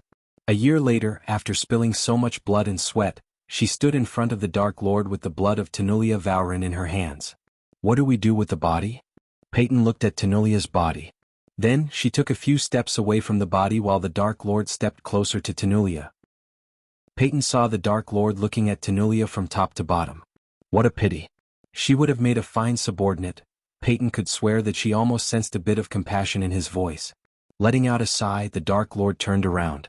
At that moment, Peyton was only a hand-reaching distance from him. Peyton took a deep breath looking directly into his crimson-red eyes. Afterward, she threw the dagger away and dropped to her knees. For a few seconds she looked at the sand and then she finally looked up at him. Her heart was pounding against her chest as everything around her seemed to have stopped. Suddenly, Tenulia's body behind the Dark Lord moved out of nowhere. Within a blink of an eye, Tenulia's hand grabbed the Dark Lord's legs. The Dark Lord shuddered, but before he could react, a golden sword engraved with hundreds of glowing runes materialized in Peyton's hand. Poch! She stabbed the Dark Lord with lightning speed and twisted the sword. At the same time, a golden rope appeared around his feet. "Teleport now, bitch," Peyton grinned as she sent the sword deeper into his guts. Chapter 517 Capturing the Dark Lord. As soon as Peyton stabbed the Dark Lord in the guts and Tenulia, who pretended to be dead, cuffed him with a chain of Valhalla, a gigantic warship aka the Floating Fortress, appeared out of the blue in the sky. The ship cast a giant shadow on the beach, but soon, a powerful beam of light shot out from the ship, putting the Dark Lord in the center of the spotlight. The warship itself looked thrice the size of a man of war and resembled the shape too. Except the warship floated in the air instead of on the sea. The hull was built with strong yet lightweight metal and fitted with 30 cannons on a row, and there were 5 rows of cannons on one side. The glistening blue light of the half-moon reflected on the ship's silvery hull, making the ship look like a giant gem in the sky. In addition to the massive 4 masts fitted with golden sails, the ship was equipped with giant propulsors in the back to fly the ship and easily maneuver it in the sky. A statue resembling Tenulia was the figurehead as a wolf head was engraved onto the hull and the sails. The warship functioned as Tenulia's headquarters in the southern continent. Aside from its domineering look, the ship had many powerful weapons and functionalities. For example, the ship was equipped with camouflaging runes, which was why the ship remained undetected above their heads. Since there was no arch-energy in the atmosphere on the southern continent, specialized runes and devices were designed to draw power from the moonlight and heat produced by burning a ton of coal. "Get him up!" Peyton shouted at the sky as the ship's belly opened up, releasing a floor panel attached to ropes. When the wooden panel hit the ground, Peyton grabbed the Dark Lord by his neck and moved him towards the wooden board. While walking, Peyton twisted the sword more to inflict maximum pain on the Dark Lord. But considering the sword would release a potent paralyzing poison into the bloodstream of its victim, she wasn't surprised to see Dark Lord moving without struggling. Peyton and Tenulia were glad to see the sword and the chain of Valhalla working on the Dark Lord. Although they were forged by the best blacksmiths and enhanced by 6-star rune masters of Skyhall, the two had doubts. The last time they managed to catch the Dark Lord, he knocked them out and teleported away. "Reel us in," Tenulia shouted as the wooden panel slowly moved upwards. A couple of minutes later they finally reached the inside. The interior of the ship was brightly lit with golden chandeliers. Tremendous braziers encompassing several columns lit up every part of the ship and covered the interior in warm silver and dancing shadows. The large mirrors on the embowed ceiling danced in the flickering light while stone effigies and wolves looked down upon the granite floor of this majestic ship. Alpha Guardian. Guardian Captain. A group of highly trained elites of the Hunter Guardians was there to escort them to the interrogation room specially built to contain the Dark Lord. The 12 men were clad in silver armor forged with the same metal as the ship's hull. However, even the elites glinted with fear in their eyes when they saw the Dark Lord in person. Wasting no time, they escorted the trio through a hallway guarded by more armed soldiers until they reached an 8-foot door made of copper. From where they started their journey to the door decorated by banners and lit with golden orbs that illuminated the paintings of elven men and women below them. The 3 guards leading the escort pushed open the copper door to reveal an empty room surrounded by white walls. There was only an oak table, 2 chairs on one side and 1 metal chair on the opposite side of the table. Michael was stunned by Peyton's betrayal. But, more than betrayal, it seemed like a carefully elaborated plan. While watching the interrogation room and the glass on either side of the room reminded him of the interrogation rooms of Earth's law enforcement. The sword was still stabbed in the guts and Peyton made a habit of twisting the sword every 10 seconds. "Sit your ass down." Peyton punched the Dark Lord in the face before pushing him down on the metal chair. As soon as he was forced to sit on the chair, the elite guardians entered the room with more golden chains and tied the Dark Lord to the chair as tight as they could. His hands were tied to the back of the chair while his legs were tied to the chair's legs. Additionally, they put a jade collar around his neck, and the moment the collar touched him, it glistened brightly. Tenulia ordered the elites as they quickly left the room, leaving Tenulia and Peyton in the room with the Dark Lord. At last, Peyton let go of the sword's hilt and went to sit beside Tenulia on the chair facing the Dark Lord. But the sword was still glowing and sticking out of his guts though. Blood bags and retractable dagger. Tenulia retrieved several pouches drenched in blood out from her cleavage while Peyton stabbed herself with the retractable trick dagger. The rooms are powered with hundreds of runes that even we haven't fully comprehended. "So don't bother teleporting or using any spells," Tenulia snickered. "The last time we met, I saw you bleed. And you know what we Hunter Guardians say about that, if it bleeds we can kill it?" The elites who were witnessing the interrogation through the window couldn't feel proud of what they had achieved. "So it was all an elaborate plan to catch me?" the Dark Lord asked Tenulia and Peyton. For a moment, Tenulia and Peyton looked at each other. She then patted Peyton on the shoulder. "She is the one who came up with the plan." Never in her entire life had Peyton gone through such a burden as she did to catch the Dark Lord. But at that moment, looking at the Dark Lord on the prisoner's chair, she felt the pain was worth it. Tenulia turned her gaze from the Dark Lord to the windows, which were one-way mirrors. They seemed to be a mirror when seen from one side, but like a window when seen from the opposite side. The Alpha Guardians used the windows disguised as a mirror for surveillance. "Bring me the crate." A few seconds after Tenulia ordered the elites whole were standing on the mirror's other side, an elite guard entered the room carrying a wooden crate. But the guard quickly put the crate on the table and left the room as fast as he could. It was evident to everyone that despite being the elites, they still trembled at the sight of the Dark Lord. Sponsored content. Visit Readle Me for extra chapters. Tenulia put her hand into it and grabbed something from the crate. When she opened her palm, still tainted with fake blood, Michael saw his spiders dormant on her palm without moving. "We know you were watching us. It took us some time. You bugged us, but we did and turned it against you." After showing him the spiders, Tunnelish closed her fist, crushing the spiders to dust. "Tiriana, how is she?" One would expect Tenulia to lose her calm or act furiously. However, she remained rather calm despite his question and what was happening to Tiriana. A necessary sacrifice. When Michael thought the Guardians couldn't stoop any lower, Tenulia surprised him. Tiriana was her best friend, yet she just waved it off, saying a necessary sacrifice like Tiriana's life was worth nothing. "You will pay for what you did to her.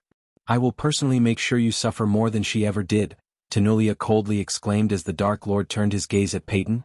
"You are really a great actor," the Dark Lord mused.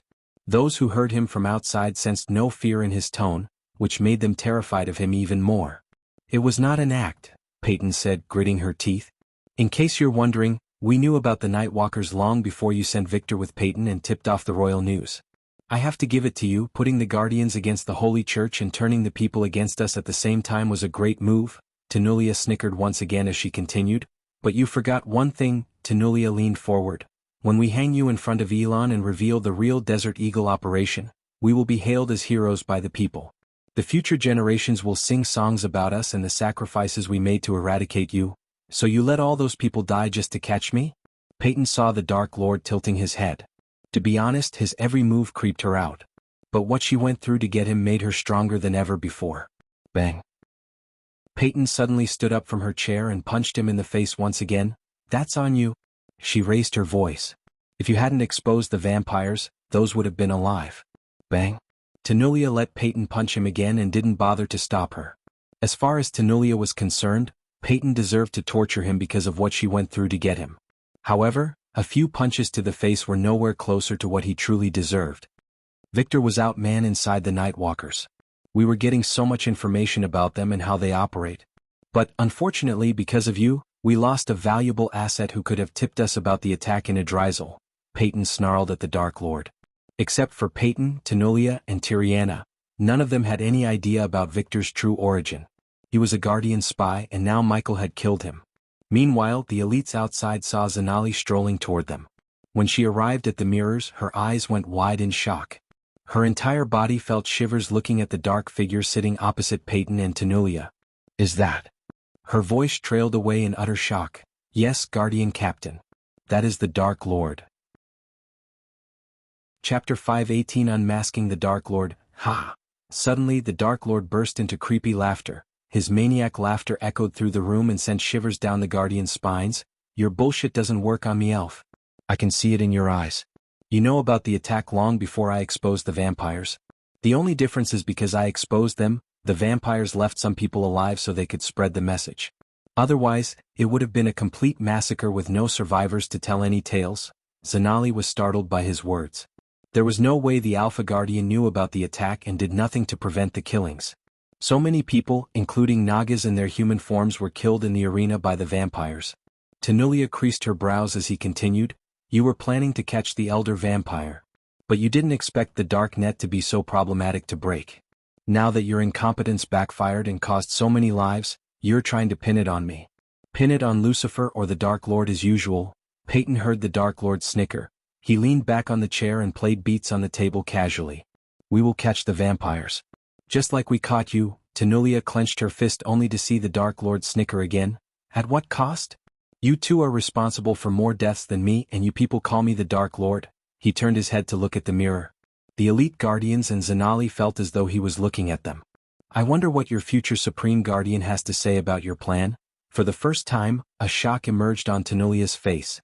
She stared at the Dark Lord without batting an eye. "Noah Winston. I know all about him." Tenulia Vauren. Bang. As soon as he spoke these words, Tenulia kicked her chair backward and lunged at him over the table. She grabbed his shoulder and punched him without pulling her punch. "Ha ha." But the Dark Lord kept laughing as though he heard a joke. His laugh became creepier by the second, and many Guardians wanted it to stop. Alpha Guardian, the latest _____ are on website. After seeing Tenulia punching him for the 50th time, Peyton softly called her to stop Tenulia. Although they suspect the Dark Lord was not a human and possessed inhuman strength and power, Peyton still didn't want to take his life before they could get as much information as possible from him. particularly about where he came from. The demon realm or hell realm was something which they knew frighteningly little. The last page's grimoire about the Dark Age and the Dark Lord mentioned something about a demon king of hell realm, and the higher-ups of the Guardian Guild suspected the Dark Lord might have some information about the demon king. Unfortunately, the only information they possessed about the demon king was a name, Hunter. Dictator with a badass system MC's name is also Hunter. What a coincidence. The higher-ups were none other than elders in the Sky Hall, but even the Alpha Guardians had no idea that the Sky Hall from the shadows controlled them. He doesn't know, and it will stay that way, Tenulia said before throwing one last punch at him. Her fist felt numb after punching him repeatedly. After we're done with you, we will see how your body is built. Starting from cutting open your throat, Tenulia threatened him, but he still kept laughing. You're a maniac. Not a god like some sickos claiming you are, Peyton growled. Seeing you hang to death will make everything I went through worth it. Again, I wonder what your future Supreme Guardian has to say about your plan. Particularly the part where you endangered his little sister's life. Seeing Tenulia and Peyton remain calm, Michael slowly connected the dots and was truly surprised by them. They knew the vampires were going to kidnap her and force her to retrieve that key, Michael said to himself. If I am right, they are planning to kill the vampires after she retrieves the key. Then they will take the key from her. You should worry about yourself, Tenulia snarled at the Dark Lord. Set a course to Drattle. Elders will meet us there. Tenulia turned her head and locked her gaze with Zanali. Zanali nodded before leaving the interrogation room towards the ship captain. Because Zanali was a guardian captain, a couple of elites followed her behind. Meanwhile, in the interrogation room, Peyton and Tenulia each took a few parchments from the crate on the table and opened them. What am I thinking? Suddenly Tenulia smacked her forehead. Remove his mask. I want to see who is behind that mask, Tenulia ordered Peyton as the elites standing outside the room took a step forward. At that moment, every pair of eyes were locked on the Dark Lord's face. The latest _IP_SODIs are on _the website. Peyton stood up from her chair with a nod, strolled to the Dark Lord and came behind him. First thing, she removed the cloak covering his head, revealing raven black hair. It seemed like Peyton was doing everything in slow motion to the elite guardians. His smooth raven black hair was long enough to reach his neck. After removing the cloak, everyone could see the black skull mask on his face clearly. Michael had difficulty controlling the urge to kill Peyton and Tenulia then and there. However, he was unable to send his sword through their heads personally. As Michael was watching Tenulia and Peyton, the latter grabbed his skull mask. The Guardians felt their heartbeat rapidly increasing, including Peyton. Time to see how you look behind the mask, Dark Lord, Peyton snickered as she slowly pulled up the mask to reveal the Dark Lord's face. They all felt a chill running through their spines as soon as his mask came off. His face was decayed with several cracks in his face. Half of his cheek was missing and they could see his yellowish decayed teeth. The two pale white eyes stared at Tenulia with a creepy smile on his face. Tenulia twitched her nose as the strong pungent smell of rotten skin entered her nostrils. It was pretty horrendous to say the least. A netheril, Tenulia could recognize an undead or a netheril as they were commonly known in the cultivation continents when she saw one. Ha ha ha ha ha ha. The undead burst into laughter and squirmed, shaking the chair he was tied to. This time when Tenulia heard his mad laughter, she had a bad feeling. The undead abruptly cut his laughter short and opened his mouth as wide as he could. When Tenulia looked into his mouth, she noticed something glowing inside his mouth. Before she could guess what that was, the undead spits the glowing rock onto the table. The elites immediately leaped away and curled into a ball, thinking the rock was going to explode. For some reason, the first thought when they saw the rock was that it might be a bomb. Tenulia stared at the jade rock on the table while a bright light inside the rock pulsated in regular intervals like a heartbeat. None of them had an idea about the rock until a bright light shot out of the rock to the wall behind the undead. The bright light slowly turned into a figure resembling the Dark Lord, but the Dark Lord before they unmasked him. Dark Lord, the undead uttered the word as Peyton felt her entire body go numb. Tsk, Peyton, Peyton, Peyton, the Dark Lord projected on the wall amused. The elites slowly managed to grasp the fact that the undead wasn't the real Dark Lord. But Tenulia was smarter than the rest. Hence, she realized the truth, the Dark Lord had played them. Visit. For the best no_SNG experience, where is Tiriana? The Dark Lord asked as Tenulia quickly scanned everything around the Dark Lord. But no matter how hard she looked, she couldn't see anything but darkness around him. A few elites outside quickly made their way to Tiriana's room without waiting for Tenulia's orders. Instead, they were trained by Tenulia and worked under long enough to sense her thoughts.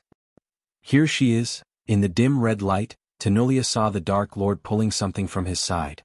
Tiriana, Tenulia muttered, looking at Tiriana in the Dark Lord's hands. He grabbed Tiriana by the neck as she squirmed to escape his grasp, but to no avail. A necessary sacrifice. The Dark Lord calmly said in his demonic voice. Then he turned his head to look at Tiriana. Boom. The elites gasped in shock as Tiriana exploded into a bloody mist in the blink of an eye. Peyton stumbled back, seeing Tiriana's sudden yet horrifying death. On the other hand, Tenulia clenched her fist as her nails protruded the skin, making her literally bleed. After Tiriana exploded into blood-red mist, they saw nothing but red until the Dark Lord swiped off the blood. The Guardians who went to look for Tiriana returned to the area and pushed open the copper door. Tiriana is not in her room, Alpha Guardian. The two armored guards had no idea that Tiriana exploded to death just a few moments ago. Boom. Tenulia raised her hand as a powerful gust of wind blasted away the two guards. I thought you were fine with her dying, Tenulia Vaurin, the Dark Lord said, tilting his head. He sounded amused by the anger in Tenulia's eyes. Not a good feeling, is it? Realizing your whole plan is just a colossal failure, ha. He laughed, shocking everyone. Your elders have been wetting their pants for thousands of years because of me. A simple thought of me gave them nightmares. Did you really think that two bitches could catch me? His voice became colder and murderous. He then took a step closer as they saw his face closer on the projected screen. Slowly his crimson-red eyes became dark as Tenulia saw his eyes flaming up. Under their gazes, he raised his hand and kept his middle finger and thumb together. Visit.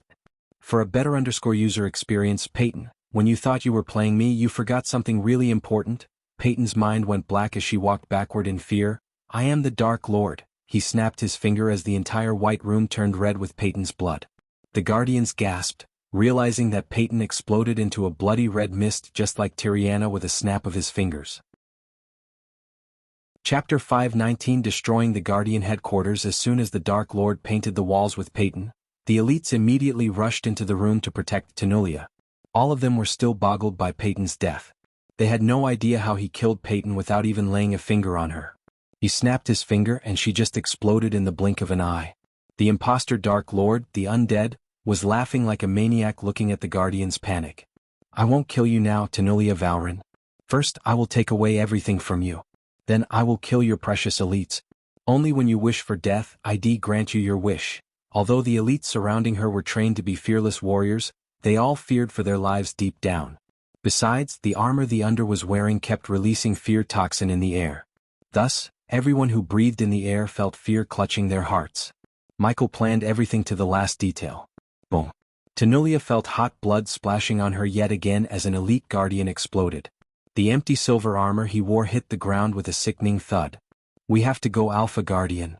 Ha! The undead laughed as the elites tried to take Tenulia away from the room. However, she did not even budge an inch from the room.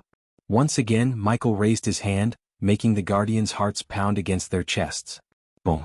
Michael snapped, and just like before, a Guardian exploded from within. At that moment, the entire white room turned red, and blood oozed out of the walls and ceiling. Not only the walls but also Tenulia herself were drenched in blood. Her rosy face was covered by the blood of Peyton and two elite Guardians. For the first time in her life, her mind went blank. She was unable to think of the next step. As they were in a daze, hoping he wouldn't snap his finger one more time, Zanali entered the room. As soon as she entered the room, her face went pale. Her body shuddered, feeling her heart suddenly skipped a beat. Visit. For a better user experience, looking at all the blood and horror on the Guardians' faces and no Peyton in the room made her think of the worst. She stepped into the room as blood oozed down from the ceiling, reaching her crimson-red robes. Only then did she notice the Dark Lord's face on the wall. Despite all the blood, she could still make out his face. Where is Peyton? That was the first question Zanali asked. You're stepping on her? Zanali felt a chill hearing the Dark Lord's words. However, she noticed the one sitting on the chair didn't open his mouth. Since Zanali left the room way before the real Dark Lord's appearance and Peyton's death, she was pretty confused. Peyton is all around you, Zanali Harthill. Princess of Nagaland. Zanali's body went rigid as she stared at the wall blankly. The last time Zanali met the Dark Lord in the Silent Reaper, he revealed her race. Now somehow he had learned her real identity.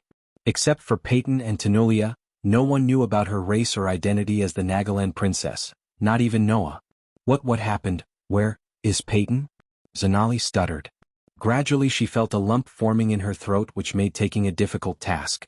When the Guardians exploded, at least their armors survived the explosion. But unfortunately the same couldn't be said of Peyton. Not even a shred of Peyton's clothes survived the blast except her glasses. Zanali saw the glasses lying on the bloody floor and bent her knees to pick them up. Her hands shivered uncontrollably as her mind refused to accept Peyton was dead. Take a long look at what's around you, Guardians. This is what's waiting for you if you stand in my way. At that time even Zanali couldn't be courageous due to the fear toxin in the air. After hearing his words, Zanali turned around, holding Peyton's glasses tightly. All the sweet memories she had with Peyton flashed across her eyes. We have to leave the ship. Alpha Guardian Zanali's eyes flickered as Michael saw her pupils shrinking in size. At that moment, her eyes resembled the eyes of a Naga rather than a human. The ship is rigged to blow. We must go now. Tanulia took her gaze away from the Dark Lord. The captain is dead and so do several Guardians. Her rage and anger in her heart fought back the fear toxin in her bloodstream. Zanali momentarily pushed all her grief and anger to the back of her mind and informed Alpha Guardian of what she saw. Zanali recalled the bodies she saw on her way to the captain's cabin. All of the Guardians guarded the hallways and the captain's cabin was killed. Someone slit their throats and the captain literally had no head when she reached his cabin where Zanali saw several explosives placed all around the room. Though unfamiliar with the explosives that looked like bricks pulsated red light, she sensed the heat building up within the bricks. Visit. For a better user experience, the last time we met, you destroyed the Silent Reaper. So now it's payback time, bitch. Michael snickered as he snapped his finger. The Guardians shuddered, but unlike they expected, none of them blew into a puppy red mist. Instead, the room the Dark Lord was standing in lit up. He was standing in a room with several world maps hanging from the walls and an oak table just a meter behind him. On the other side of the oak table sat a headless corpse that Zanali had seen a few minutes ago. He is in the captain's cabin. Tanulia immediately recognized the room. Alpha Guardian. The remaining 3 Guardians tried to stop Tanulia, but they were pushed away by her. Then on her way out she grabbed the glowing sword sticking out of the undead's guts. Ha ha ha, Pulch? Tanulia swung the sword and cut his head clean off of his shoulder. Then she strolled out of the room and didn't seem like anyone could stop her. Her eyes were bloodshot with anger. Boom. Suddenly they heard a loud explosion as the ship trembled violently. Soon the ship tilted sideways. Boom. The explosion went off again. This time the Guardians and Zanali were thrown off balance. The explosion sound continually rang in their heads and soon, the howling sound indicated the hull breach. Immediately Zanali grabbed the jade stone lying on the floor before stumbling out of the room while holding the walls for support. Get out of here. Zanali shouted at the elites following her behind. The lights flickered for a moment before ultimately going out. Then, the place turned dark as the emergency lights lit the hallway in a dim crimson red. I will go get the Alpha Guardian. Zanali had to shout even though the Guardian stood close to her due to the howling wind sound. But visit. For the best no-understanding experience IDS and order. Zanali pushed the armored guards away before turning around to chase down Tanulia. The 2 remaining guards had no choice but to find a way to escape the ship. Unfortunately, the ship kept tilting left and right, making moving forward a problematic task. However, holding onto the walls, the 2 of them walked along towards the cargo bay, where they received the fake Dark Lord. That opening was the quickest and closest way to escape the ship. Don't fall back, Stas, the armored elite guardian leading the way shouted at the one behind him. The guardian behind was staggering until the elite guardian shouted at him. Then the guardian's walking became steadier despite the ship's frantic shaking. He walked steadily and lifted the silver helmet off, revealing the face beneath. It wasn't Stas as the elite guardian claimed. It was Michael. He was disguised as the guard and remained in the room the whole time. Stars. When the narrow hallway opened up to reveal the cargo bay, the elite guard shouted in relief. But unfortunately when he turned around his relief became a shock. Boom. Michael snapped his finger before the guard could react. Just like earlier, the guard exploded into a bloody mist the moment he snapped his finger. While Tanulia and Zanali were on their way to the captain's cabin, Michael punched the ship, forming a large hole in the hull. Since they were so high in the sky and rapidly descending, the wind and pressure were strong enough to push any normal human being like a piece of paper. However, Michael wasn't a normal human being. Thus he stood in front of the hole looking at the tiny buildings on the ground. The ship descended straight towards Elon's Guardian headquarters in Kingdom Draddle. Michael made sure the captain set a course to the Draddle before he took the captain's head. Michael conjured the dark flames, and the moment the dark flames touched the hull, the ship caught on fire. The ship was built to withstand fire but not against a powerful primordial flame such as the dark flames. Hence, the dark flames spread through the ship like wildfire, burning everything in its path. At that moment, everyone on the ground shouted at seeing the giant flaming meteor descending towards the Guardian castle. Immediately the mages and the Guardians flew out of the castle to stop the ship from colliding with the castle. It wouldn't take a genius to figure out that the result would be catastrophic if the ship crashed onto the castle. The Alpha Guardians in the castle immediately evacuated the people inside while the otters were casting spells to stop the ship. But at that moment they all knew stopping the ship wasn't an option. Thus they all braced for impact and tried to slow down the ship. Far away from the castle, Michael was floating above the clouds in his Lucifer form. The imminent destruction of Tenulia's warship and the headquarters put a wide grin on his face behind the mask. Visit. For a better user experience, it was a real pity that he couldn't hijack the ship because of all the runes and protective arrays. Unfortunately, the system level was too low to hack them, but the system could disable the defensive arrays for a short time. This short amount of time was enough for Michael to set it on fire and send it toward the castle. Payback, bitch. Michael turned around while the ship crashed onto the castle in the distance, creating a giant explosion. Several hours ago, Michael was floating above the clouds and looking at Tenulia on the sandy beach. She looked the size of a bullet ant from where he was. Michael wore his suit of armor and was shrouded in dark clouds. In simple words, he was in his complete Lucifer form. My lord, Azazel appeared beside Michael above the clouds. He is ready. Michael turned his head to see an undead wearing the same suit of armor as him. It cost Michael 6,000 badass points to buy the suit of armor and make the alpha undead wear it.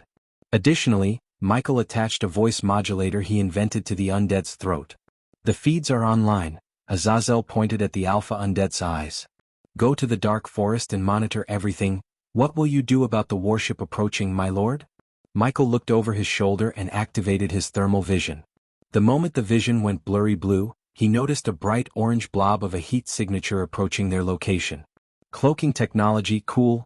Michael smiled, feeling his excitement bubbling inside. If the Alpha Guardian ship could have the cloaking ability, Michael could equip his warships and vehicles with the same technology but only better. Hijack or destroy, Michael calmly said. Now go. Have good hunting, my lord. Azazel bowed deeply before his ghostly figure vanished into thin air, leaving Michael and the Alpha undead behind. After Azazel left, it was time to implement his plan. With a flick of his wrist, he manipulated the wind around the undead. Thanks to his 10% wind manipulation, he was able to levitate the undead slowly to the beach from the sky. My lord, as Michael was flying the undead to the beach, he heard Azazel's voice in his head. I have established a connection with his voice modulator. I can now speak on your behalf. Good. They'll be listening. Keep them think he's the Dark Lord. Yes, my lord. Visits? For the best he experience, Azazel went silent as Michael finally landed the undead on the beach. Then, Michael flew higher into the air while controlling the undead telepathically. After merging his soul pieces together, his multitasking ability soared through the roof. Controlling the undead and flying had become as easy as breathing to him. Lightning dash. Michael flew at the invisible warship, leaving a dark trail in the sky. His speed had reached the point that when he flew away, he left after images of himself in the sky that lasted for a couple of seconds. In a few breaths of time, Michael arrived above the warship.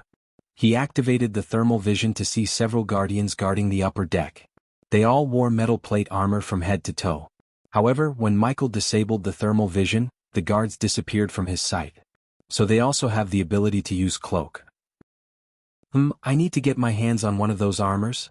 He already planned to disguise himself as a guard, but looking at the armor's ability to turn invisible, he decided to take it for himself. At that moment there were 4 guardians patrolling the upper deck. Since the ship was Tenulia's headquarters, only the best of the best resided on the ship. Eladir, looking at the invisible ship floating through the clouds, Michael established a connection with Eladir. Can you the warship? Michael broadcasted what he saw to Eladir's mirror through the interlinked spiders and mirrors. I am not familiar with this vision. Can you place the rune I put in the space ring onto the ship's hull? It made sense that thermal vision was new to Eladir. Therefore, Michael nodded and waited for the soldier patrolling the ship's quarterdeck to turn around.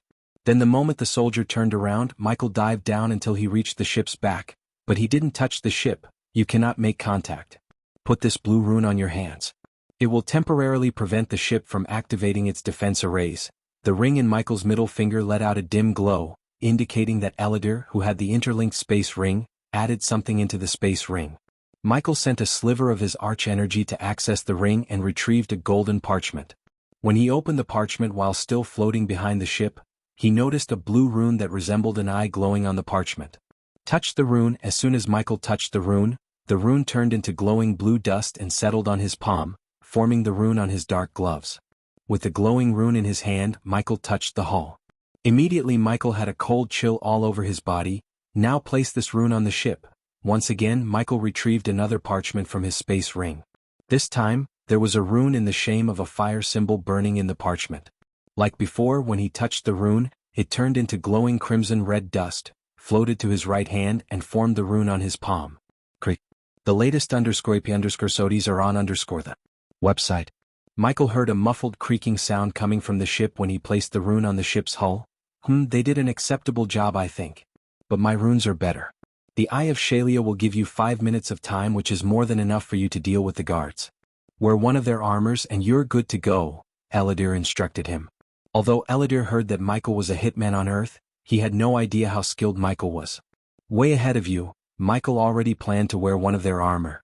Now with the glowing blue rune, which was apparently called the Eye of Shalia, Michael climbed the ship carefully.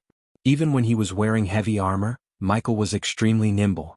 He climbed the distance of 20 meters in a minute. Then when he reached the deck, he looked up to see the guard leaning on the edge watching the night sky. Michael was just a few inches beneath the guard, and if the guard looked down he might see him. But before the guard could do so, Michael performed a ledge assassination by pulling the guard down by his neck and snapping his neck in a blink of an eye.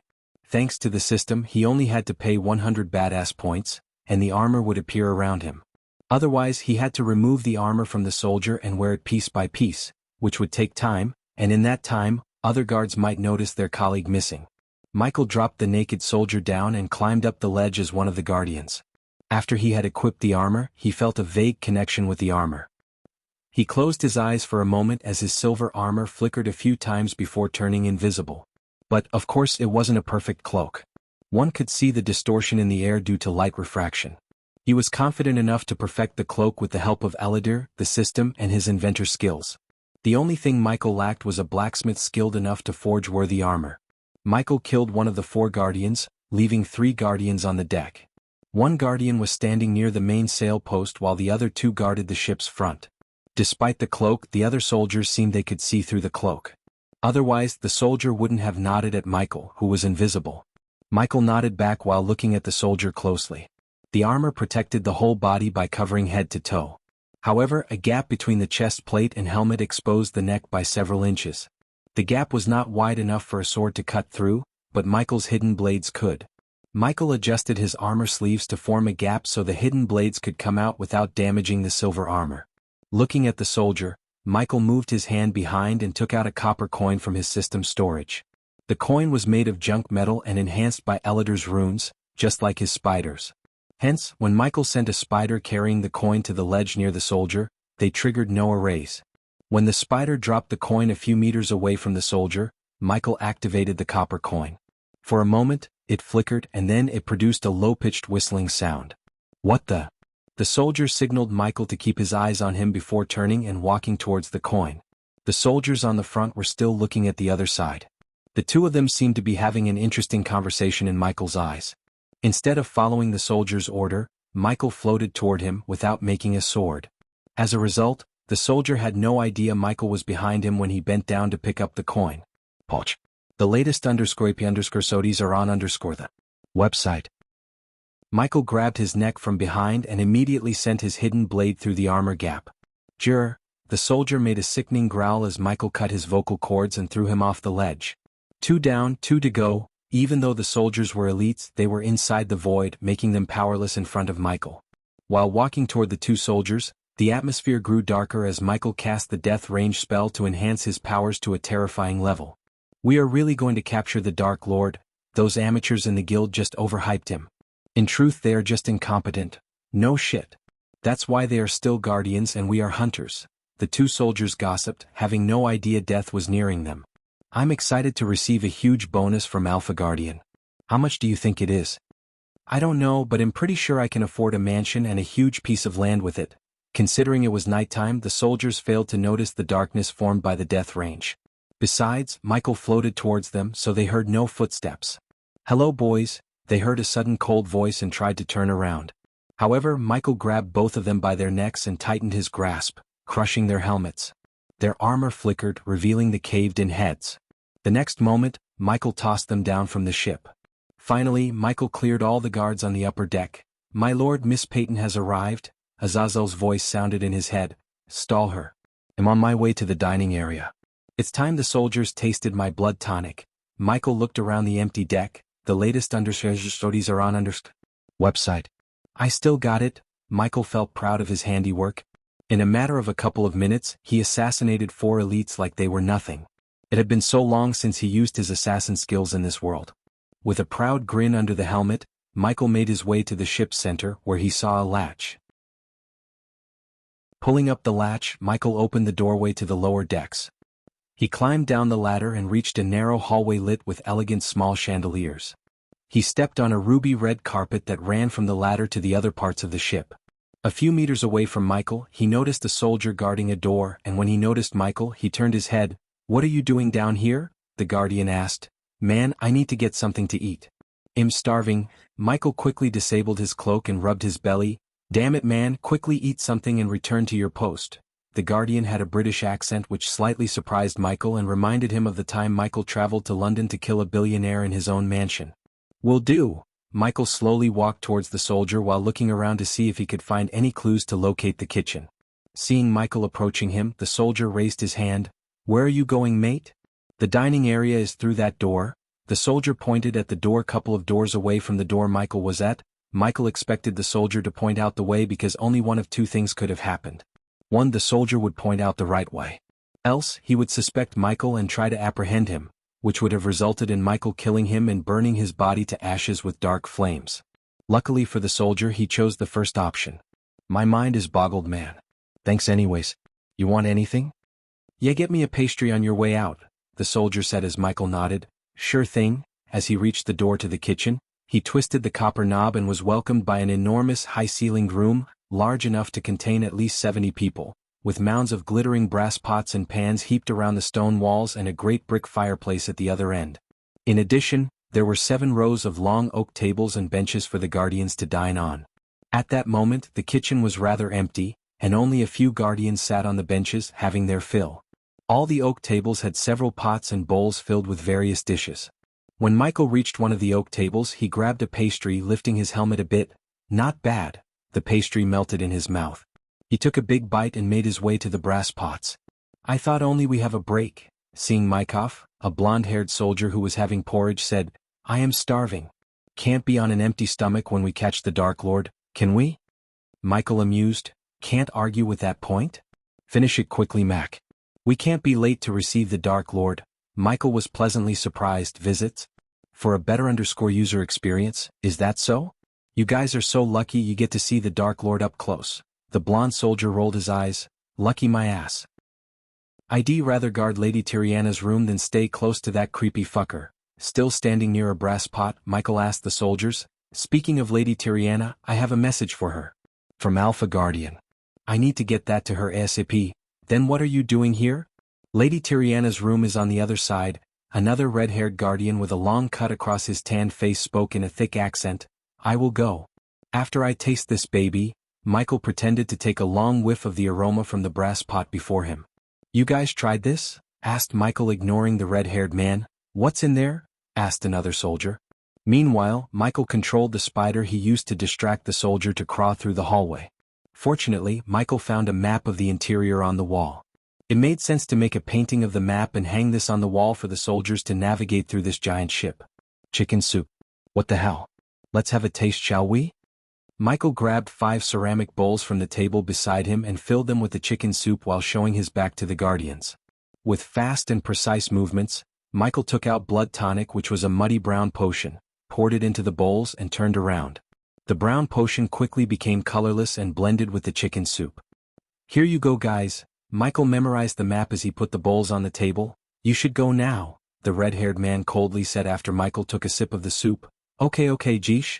You're aiming for Employee of the Month or something. Michael's words made the others chuckle while Michael grabbed a bunch of pastries. This is for me to have on the way. Michael walked away from the guardians. On his way towards the door, he looked over his shoulder to see all of them take a long sip of chicken soup. When he came out of the kitchen, he quickly took out another blood tonic potion and drenched them in the potion. For a moment, the pastries looked wet, but soon, they regained their usual crispy texture after the pastries absorbed the nanites. Then, Michael navigated through the hallway according to the map, and on his way, he handed over pastries to the guardians patrolling the hallways. Only then did Michael realize how hungry these soldiers were. It didn't even take any effort to make them eat the pastries. The latest _IP_SODIES are on the website. Is everything ready? As he was walking in the hallway on his way to Tiriana's room, Michael saw Zanali escorted by 3 guardians walking towards him. Yes, Guardian Captain. Everything is in place. Good. I don't want any surprises. Suddenly Zanali turned her gaze away from the guardian beside her to Michael, who was standing in the hallway with a pastry in his hand. What are you doing? Despite the situation, Michael remained calm. For an assassin, it was paramount to stay calm since panicking wouldn't solve anything. Hungry Guardian Captain. Michael sounded like an embarrassed more solid. Seeing him scratch the back of his neck, Zanali rolled her eyes. Plop.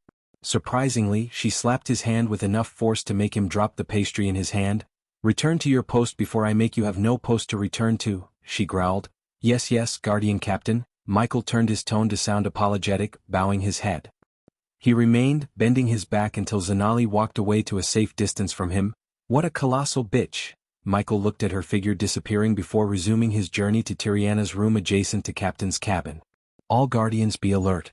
The target has reached the loading area and is on its way to the interrogation room. All of a sudden, Michael heard a rough female voice echoing through the hallways. After navigating through the maze of a hallway, Michael finally reached a lavish wooden door flanked by 2 elites. The next door was also flanked by 2 elites, so, in total, there were 2 doors and 4 elites in front of him. It was kinda problematic since the 2 doors and guardian were standing next to each other. Luckily for Michael, no elites were inside the captain's cabin and Tiriana's room. He could see Tiriana curling into a ball on her bed while the captain read the map on a table. Thanks to his thermal vision enabled him to see through walls. Fortunately, Michael had the distracting copper coins and countless spiders in his storage. He put his hands behind his back, retrieving another spider and a coin. The spider grabbed the coin and crawled through Michael's legs, avoiding their gazes. The spider and the copper coin perfectly blended with the ruby-red carpet they were standing on. You have a reason to be here? I'm making sure everything is in place. Alpha Guardian's orders. Michael was always prepared to kill them. It would only take him a couple of seconds to kill all of them, but he decided to deal with them stealthily instead of like a murdering maniac. Visit. For the best no_vel_ed_ng experience anyone could kill, but only an assassin or a killer like Michael could kill with finesse. Ding. This time, the coin made a loud noise attracting the 4 guardians' attention. Did you hear that? 1 soldier at each door walked towards where the noise came from, leaving 1 behind as they should. Looking at the 2 soldiers at the door at a 3-meter distance and the 2 soldiers walking away, Michael cracked his neck. The very next moment, Michael dashed at the first soldier, slashing his throat with his hidden blade. Then, before the blood splashed onto the floor, Michael activated the death range and fired a powerful bolt of lightning through the other guardian's head.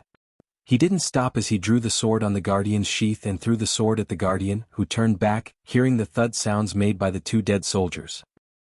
The sword went straight through his head as soon as he turned around. Then, using the walls as his steps, Michael parkoured to the remaining guardian. Ignitia. In midair, Michael pointed his finger as the golden lightning bolt shot out of his finger and went through the guardian's throat, forming a hole in his neck. From slashing the first guardian's throat with his hidden blade to killing the last one with the lightning bolt happened within 5 seconds. The elites couldn't even lift their fingers in front of his inhuman speed, technique, and strength boosted by the death range. Killing them was only half the battle, as Michael had to dispose of the bodies. Quickly Michael dragged the 4 bodies while spraying the potion he brewed to clean the bloodshed onto the walls and the floor through a sprayer attached to the center of his gloves. Chapter 477 mentions the upgrades done to the armor. Michael looked around with his X-ray vision to see no one was coming his way. The captain in the cabin didn't seem like he heard a thing as he was still reading a map. Instead of going into the captain's cabin, Michael decided to greet Tiriana. But when he touched the doorknob, he felt an electric shock. "System, unlock the door for me." After seeing the golden runes on the room, he realized Tanulia placed runes on the door to protect Tiriana. The system requires 6,000 badass points to disable the runes. "Do it." A bright light shot out of Michael's hand to the door. Then, the glowing runes dimmed out in a few blinks of an eye. With a grin, Michael twisted the knob as the door opened with a crackling sound. He took a step inside the room and saw Tiriana curling into a ball on her white bed.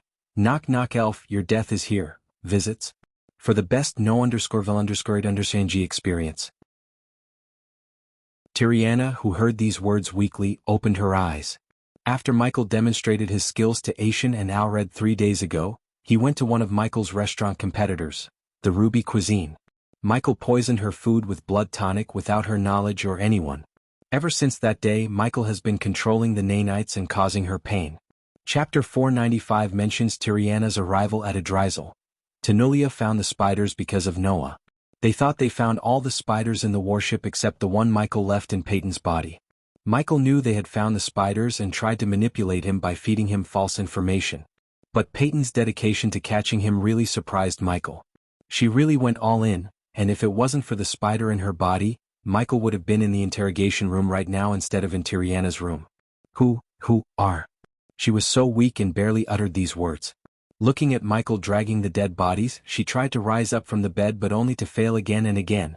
After dragging their bodies inside, Michael closed the door. You want to get up?" Seeing Tiriana struggling and trying to reach for the dagger on a table beside the bed, Michael stepped toward the bed. Bang! With a single punch to the side of her face, Michael knocked out Tiriana.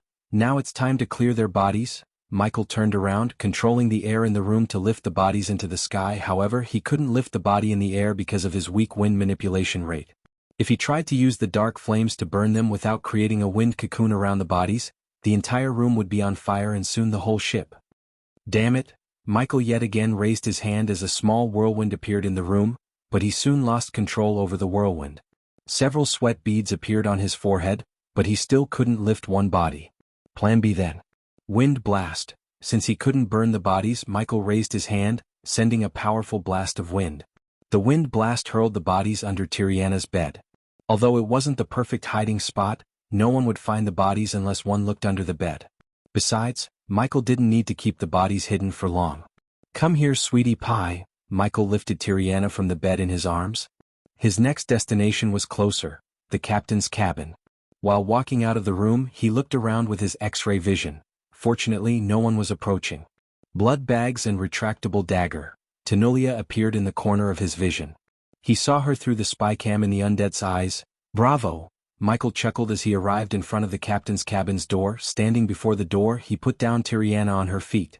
Bang. Visit. For a better user experience, Michael kicked open the door, startling the plump bald man on the other side of the oak table. "Move an inch and I will break her neck." His face might be covered by the helmet, but it couldn't hide the killing intent in his voice. "Who are you?" the captain asked. "Raise your arms in the sky," Michael calmly asked, but the captain seemed reluctant. With a flick of his wrist, Michael took out a dagger and placed it against Tiriana's neck. Okay. Seeing the knife against her neck, the captain immediately raised his arms over his head. "Now, if you do everything I say when I say, you and she will live." Using his legs, Michael closed the door without taking his eyes off the man. "You have no idea who you're messing with," the captain growled. "Funny? I was about to say the same." Michelle moved the dagger pointing at the captain. Lightning dash. Instantly, a lightning bolt shot out of his hand. The captain's body went rigid as the lightning bolt hit the wall behind him, just avoiding his head by a couple of inches. You. The captain stuttered in fear. Only one could use spells inside the void line, and it was the Dark Lord. Realizing the man before him might be the Dark Lord sent shivers running down his spine. He immediately began to tremble as he drenched his white robes with sweat. A rectangular box vaguely resembled a flight dashboard with several levers and colorful buttons a couple of meters behind the captain. Michael could see the endless crystal ocean outside through the windows above the console. "Set a course to your headquarters in Drattle. Or the next one goes through your head." Seeing the tiny lightning bolts dancing around his arm, the captain shivered. At that moment, The only thought the captain had was getting out of here alive. Unlike the rest of the ship, he wasn't an elite guardian. Tanulia hired him as the ship captain just a week ago, and if he knew he would be in the same room with the Dark Lord, he wouldn't have taken the damn job despite the handsome wage. He regretted leaving the Guardian Guild in Idrizel. Just don't kill me, the captain slowly walked backward, keeping his arms in the air. Don't give me a reason to, Michael calmly said. After reaching the dashboard, the captain pulsed the red lever and pressed some buttons on the dashboard. Visit. For the best no_underscore experience, it's done. The captain turned around. Good, Michael nodded and stayed silent for a few moments. Meanwhile, in the interrogation room, Tanulia just unmasked the undead. It's showtime. Michael paid the system another 100 badass points. Soon, his silver armor faded into thin air, revealing his Lucifer armor. Instantly, the room lost all the light and grew darker. Now tell me, Captain. Have you ever taken an innocent life? The captain was startled by his question. But, of course he had taken innocent lives. During his visit to a village in Idrizel, he slapped a slave he bought from the southern continent to death because she refused to pleasure him. It was quite usual among the nobles. But he didn't dare to say anything to the Dark Lord. No, never. Fair enough, the captain sighed in relief. Though his relief only lasted a second as Michael cast the wind blast but manipulated the wind element to change the shape of the blast. He created a wind blade. It was his first time manipulating the wind element to transform the wind blast into a wind blade. His wind blade was surprisingly good enough to cleave the captain's head off his shoulder. The captain's headless body staggered around the room, spraying blood all over the room while his head hit the table with a sickening thud. He was lying, Michael told Tiriana as though she was awake. He moved on to put Tiriana on the oak table and took out a spider to record his message to Tanulia. After recording everything he wanted, he planned to send the feed to the mini projector he left in the undead's mouth. Tanulia would think it was a live feed.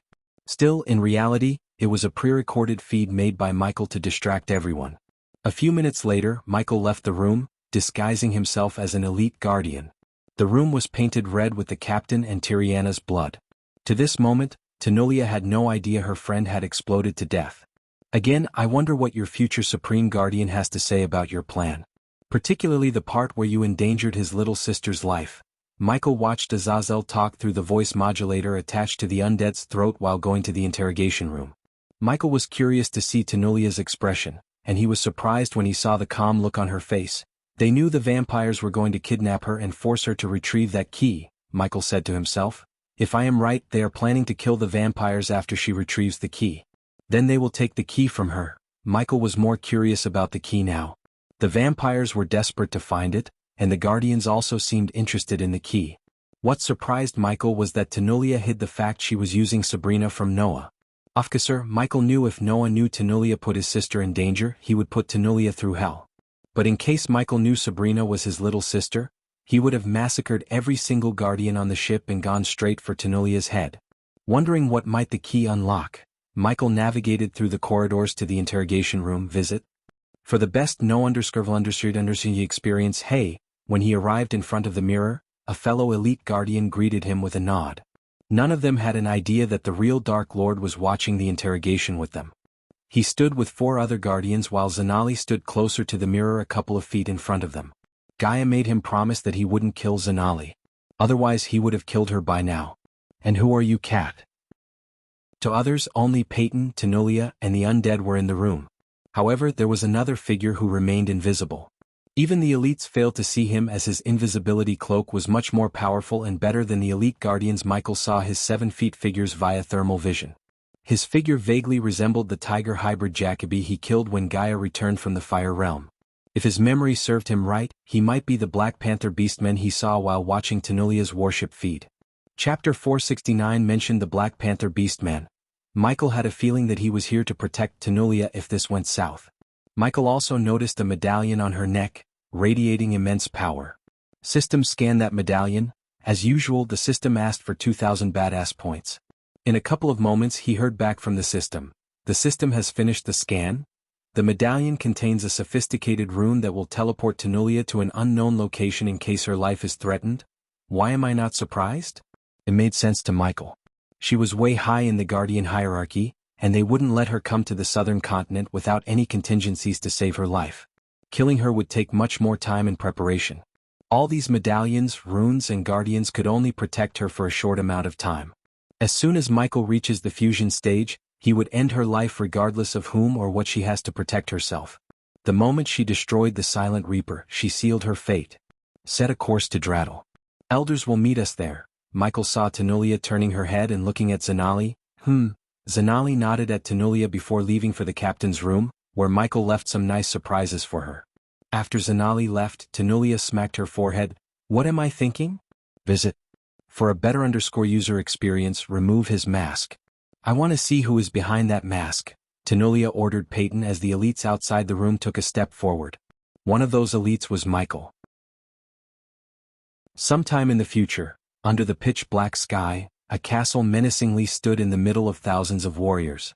The sky was lit by the hundreds of fireballs, lightning bolts, and meteors sent by the mages down and in the air. The castle's black walls remained firm despite being bombarded by thousands of angry mobs. They all looked like ants in front of the giant castle. As far as one could see, there was nothing but scorched land around the castle, which was previously crowded with ancient forests. Suddenly, as they were sieging the castle vibrated, resonating in ear-piercing howling sound. Boom. As the sound traveled for hundreds of miles, a ring of dark flames expanded rapidly, burning everyone in the vicinity to ashes. Cast the light barrier. The hundreds of mages in white robes shouted as loud as they could and formed a human chain around the castle. Then they all raised their staff towards the sky as it slowly split open to release a bright white light. Just as the bright light was coming from the sky, a dark mist surrounded the castle, turning the surroundings darker than before. At the same time, thousands of warships were approaching the castle on the horizon. The staff of the mages began to radiate a dim light on the ground. Soon the dim light weaved a shield in front of them. When the dark flames met the shield, its movement was halted. The dark flames tried to push through the force field as cracks formed in the white shield. Fighting one of the most powerful primordial flames, the immortal mages broke into a sweat. Meanwhile, in one of the warships approaching the castle, a golden-haired man was staring at the map of the dark forest. Several other men adorned with golden armor stood around the large oak table, and they all bore serious expressions on their faces. General Evan, what are your next orders? One of the golden-armored warriors asked General Evan Clark. Push forward. Permission to speak freely, General, another golden-armored warrior asked General Clark. Permission granted. When Evan nodded, the soldier removed his golden helmet to reveal her alluring face and striking golden hair. Despite their real age, they all looked like they were in their early 30s because of their cultivation levels. Evan, why are we sending half of our troops to the castle where we know the Dark Lord isn't? We all know the Dark Lord is in the crypt. Visit. For the best no_vil_undersing experience, the other soldiers didn't speak a word, but they all agreed with her. Unlike her, they couldn't ask the general so freely. Because we have someone far more important in that castle who could end this war forever. The soldiers were stunned as Evan let out a deep breath. Listen to me, men. I was instructed not to disclose the information until I got the confirmation. Now that I received it from the Queen, it's time for you to know our real objective. Everyone's gaze was on Evan for what he was about to tell them. But, instead of explaining, Evan flicked his wrist as a holographic image of an infant child appeared above the table. We have confirmation that the dark child is in the castle. The golden-haired lattice eyes went wide as the others looked pale behind their helmets. It's a rumor. Isn't it? A soldier stuttered, trembling in fear. It's not a rumor. The dark child is real. Our orders are to kill the dark child no matter the cost. The soldiers were stunned by his words as the golden-haired woman strolled to Evan from the other side of the table. Even if it's the spawn of the Dark Lord and the Dark Queen, we don't kill a child, Evan. We are no different than the Dark Lord if we did that, she gravely said. Orders are orders, Victoria, and this order came directly from the Queen. Evan it's General Evan, Captain Victoria. Evan cut her off in the middle before she could finish her sentence. Yes, General. Her eyes showed reluctance, but she decided to follow his lead. Because he was not only the general but also her husband. General, if the Dark Child is in the castle, the Dark Queen won't be too far. We have no idea about her whereabouts. But expect high resistance from the Dark Lord's army. They wouldn't let us kill the child so easily. With another flick of his wrist, the child's image disappeared, and the castle appeared before them. Evan pointed to a red dot on the far east side of the castle where the castle's fire-breathing tower was located. The tower was built to resemble a sleeping dragon and breathed fire through its mouth. This is our inn. The Nightmare Tower breath fire every 10 seconds, and when it's getting ready for the next breath, we will fly into its mouth. Place these charges. Evan's ring on his finger let out a dim glow as several dark bricks appeared on the table. Destroy the tower and fight our way to the center where we believe the child is. Evan said, the latest episodes are on website. To this day no one has stepped into the castle because of the fear toxin. So we are going in blind. Expect Alpha Undead, the Dark Assassins, and every type of Dark Lord's army to be inside. Although Evan heard no disagreement with the plan, he knew the meaning of their silence. He had been leading the troops for years, and they didn't have to use words to speak their minds. Instead, Evan could understand them. Anyone with a brain could tell that the plan was suicide, yet the orders directly came from the Queen herself. The Queen's words were absolute. They wouldn't have stood a chance against the Dark Lord without her. Her courageous leadership and the God of Light's power made fighting the Dark Lord possible. When he first heard he had to kill a child, Evan immediately opposed the order, just like Victoria. However, the Queen showed him the future. The Dark Child held the key to opening the portals to the other universes. According to the Queen, the Dark Lord was planning to revive the ancient gods to life again. If the portal is opened, the Dark Lord can travel between the universes in his physical form. Once it happened, no one can stop the Dark Lord, not even the God of Light. Evan recalled the Queen's words, the Dark Lord must not revive the ancient gods. Ancient gods. Evan mumbled under his breath. The Queen had never looked so serious before. But when she spoke about the ancient gods, Evan saw the fear in her eyes. General, the soldiers shouted, stopping Evan's train of thoughts. I know it sounds like a suicide mission and most of us won't survive the battle. But no matter what, we must reach the child and end its life before it ends our world. Evan paused for a moment before continuing. While we are fighting our way through the castle, our remaining forces will focus on sieging the castle in all directions. This would keep the Dark Lord's forces busy and give us some breathing room. What about the Dark Lord General? Victoria raised a question. If he decides to show up, you know our plan will go down the drain. Just the thought of the Dark Lord appearing gave them chills. The last time the Dark Lord appeared, he killed 3,000 elites of the Great 8 clans and 100 immortals in a few seconds like they were nothing.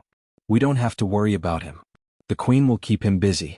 Once we place these charges, it will turn off the castle's defense mechanisms for 20 minutes. Even after explaining the plan, something felt off to Evan, like it's just a tiny part of the Queen's plan. I don't like this plan, not even a bit. But we will follow you to the Hell Realm itself, General. Victoria placed her hand on her chest and spoke loud and clear. It's been an honor working with you people, Evan said, looking at each and every one of his men and women who fought beside him for more than 10 years. Visit. For a better user experience, General Evan, a white-robed man entered the room. We will reach our destination in 5 minutes. Evan nodded as the man left the room, leaving them to their meeting. Leave us alone and regroup at the cargo bay in 4 minutes. The soldiers bowed and left the room, leaving Victoria and Evan alone. You don't like this plan, do you, Evan? Victoria walked toward Evan with a gentle smile on her face to calm him down. She placed her hand on his shoulder. Well, get through this, Evan. We always do. Evan lost his general domineer as he tilted his head, resting his head on her hand. Don't hate me for making you do this, Victoria, Evan said in an apologetic tone. You're just following orders, Evan. I know. My only question is, why can't we take the child hostage and force the Dark Lord to surrender? Too many variables, the Queen said. She said the child would let the Dark Lord travel between universes in his physical form, Victoria. Once it happens, she said he could revive the ancient gods. I feel like there is more to the ancient gods than we know of, Evan. Do you remember the rumors that an ancient god revived the God of Light? Victoria asked as Evan sighed. He took his head off her hand and looked at the castle in the distance through the windows. It's just a rumor, Victoria. All the ancient gods have been in an eternal slumber. It's what the Queen said. Victoria's brow arched up. We cannot doubt the Queen now, Victoria, not when we are so close to ending the war. Evan took his gaze away from the castle and looked Victoria in the eyes. Oh, come on, Evan. She rolled her eyes. The odds are we are going to die today.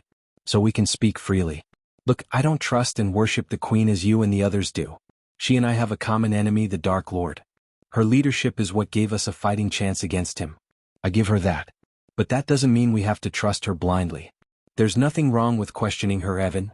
Evan knew Victoria had always been skeptical about the Queen and the information she's been providing them. But, of course, the majority of the people believed and worshipped the Queen. But a few people like Victoria questioned the Queen's motives. I don't think the Dark Lord will literally go to hell and heaven to revive good guys, Victoria. Whatever these ancient gods are, they are bad news. said Evan, but I still remember Layla's last words. Evan, you weren't there. Layla was about to say something about the ancient god, but the queen killed her. Victoria emphasized the word the. I can still hear her last words and her smile. Evan. Every night I closed my eyes, I could see her smiling even when she knew she was going to die. Visit? For the best no understanding experience. Victoria's eyes watered without her control as she recalled Layla's last words. The ancient god Dawn is coming for you. Inside the dark castle was dark room lit with crimson red light. There was nothing in the room except a sizable black bed, a cradle near the bed, and a large mirror facing the bed's head. Arg! A woman dressed in entirely black armor growled, struggling to reach for the child crying in the cradle. She held her stomach in one hand and used the other hand to move toward the child. The baby kept crying for its mother, and only when the woman touched the child it stopped crying. Come here. Gritting her teeth to fight the pain, he gently lifted the baby from the cradle and placed it on her chest. Who hurt my butterball? She kissed the baby as though the baby sensed its mother's pain. It tried to reach out for her face with its tiny soft hands. My lady. Suddenly, a ghostly figure appeared in the room near the cradle. The ghostly figure resembled a middle-aged man in a butler uniform. His glowing ruby eyes were the main attraction to his face other than his raven black hair. You're awake. Didn't I tell you stop appearing suddenly? It freaked him out. Azazel. Yes, the butler was Azazel, and the woman was none other than Gaia. After hearing her complaint, Azazel embarrassedly smiled. I heard him cry. My lady, how is the funeral? Gaia's voice was heavy. The question made the smile on Azazel's face fade away instantly. They had lost a valuable member 2 days ago. The entire castle and the army mourned the loss. The assassins took it pretty hard. My lady, Azazel said as Gaia sighed. I can't blame them. She practically raised them. May her soul rest in peace. Gaia stood up with the child resting on her chest. Here, with a flick of her wrist, she took out a silver medallion which had the name Arya Atronius engraved in golden letters. Place this on her grave. A dim light emerged from Azazel's hand, engulfing the medallion. Then, the light disappeared along with the medallion in Gaia's hand. My lady, we cannot stay here for long. Our informants in the Sky Hall said they dispatched several demigods to siege the castle. I don't think we can hold them off. Gaia's face turned gloomy as the child began to cry again. No butterball. I'm not going to let anyone in your home. She lifted the baby gently in the air and smiled at him. Visits. For the best no underscore experience seeing her smile, the baby stopped crying. I can take them down if our defenses failed. No, you cannot, my lady. Not with the curse on your body. You need to rest until my lord finds a way to lift the curse. Azazel's voice almost sounded like he was ordering Gaia. He had seen enough deaths recently and would rather die than see something happens to the Dark Queen. He should be leading the army against that bitch instead of wasting his time trying to lift my curse. Her voice slightly stuttered. Should I inform my lord about Lady Audria's death, my lady?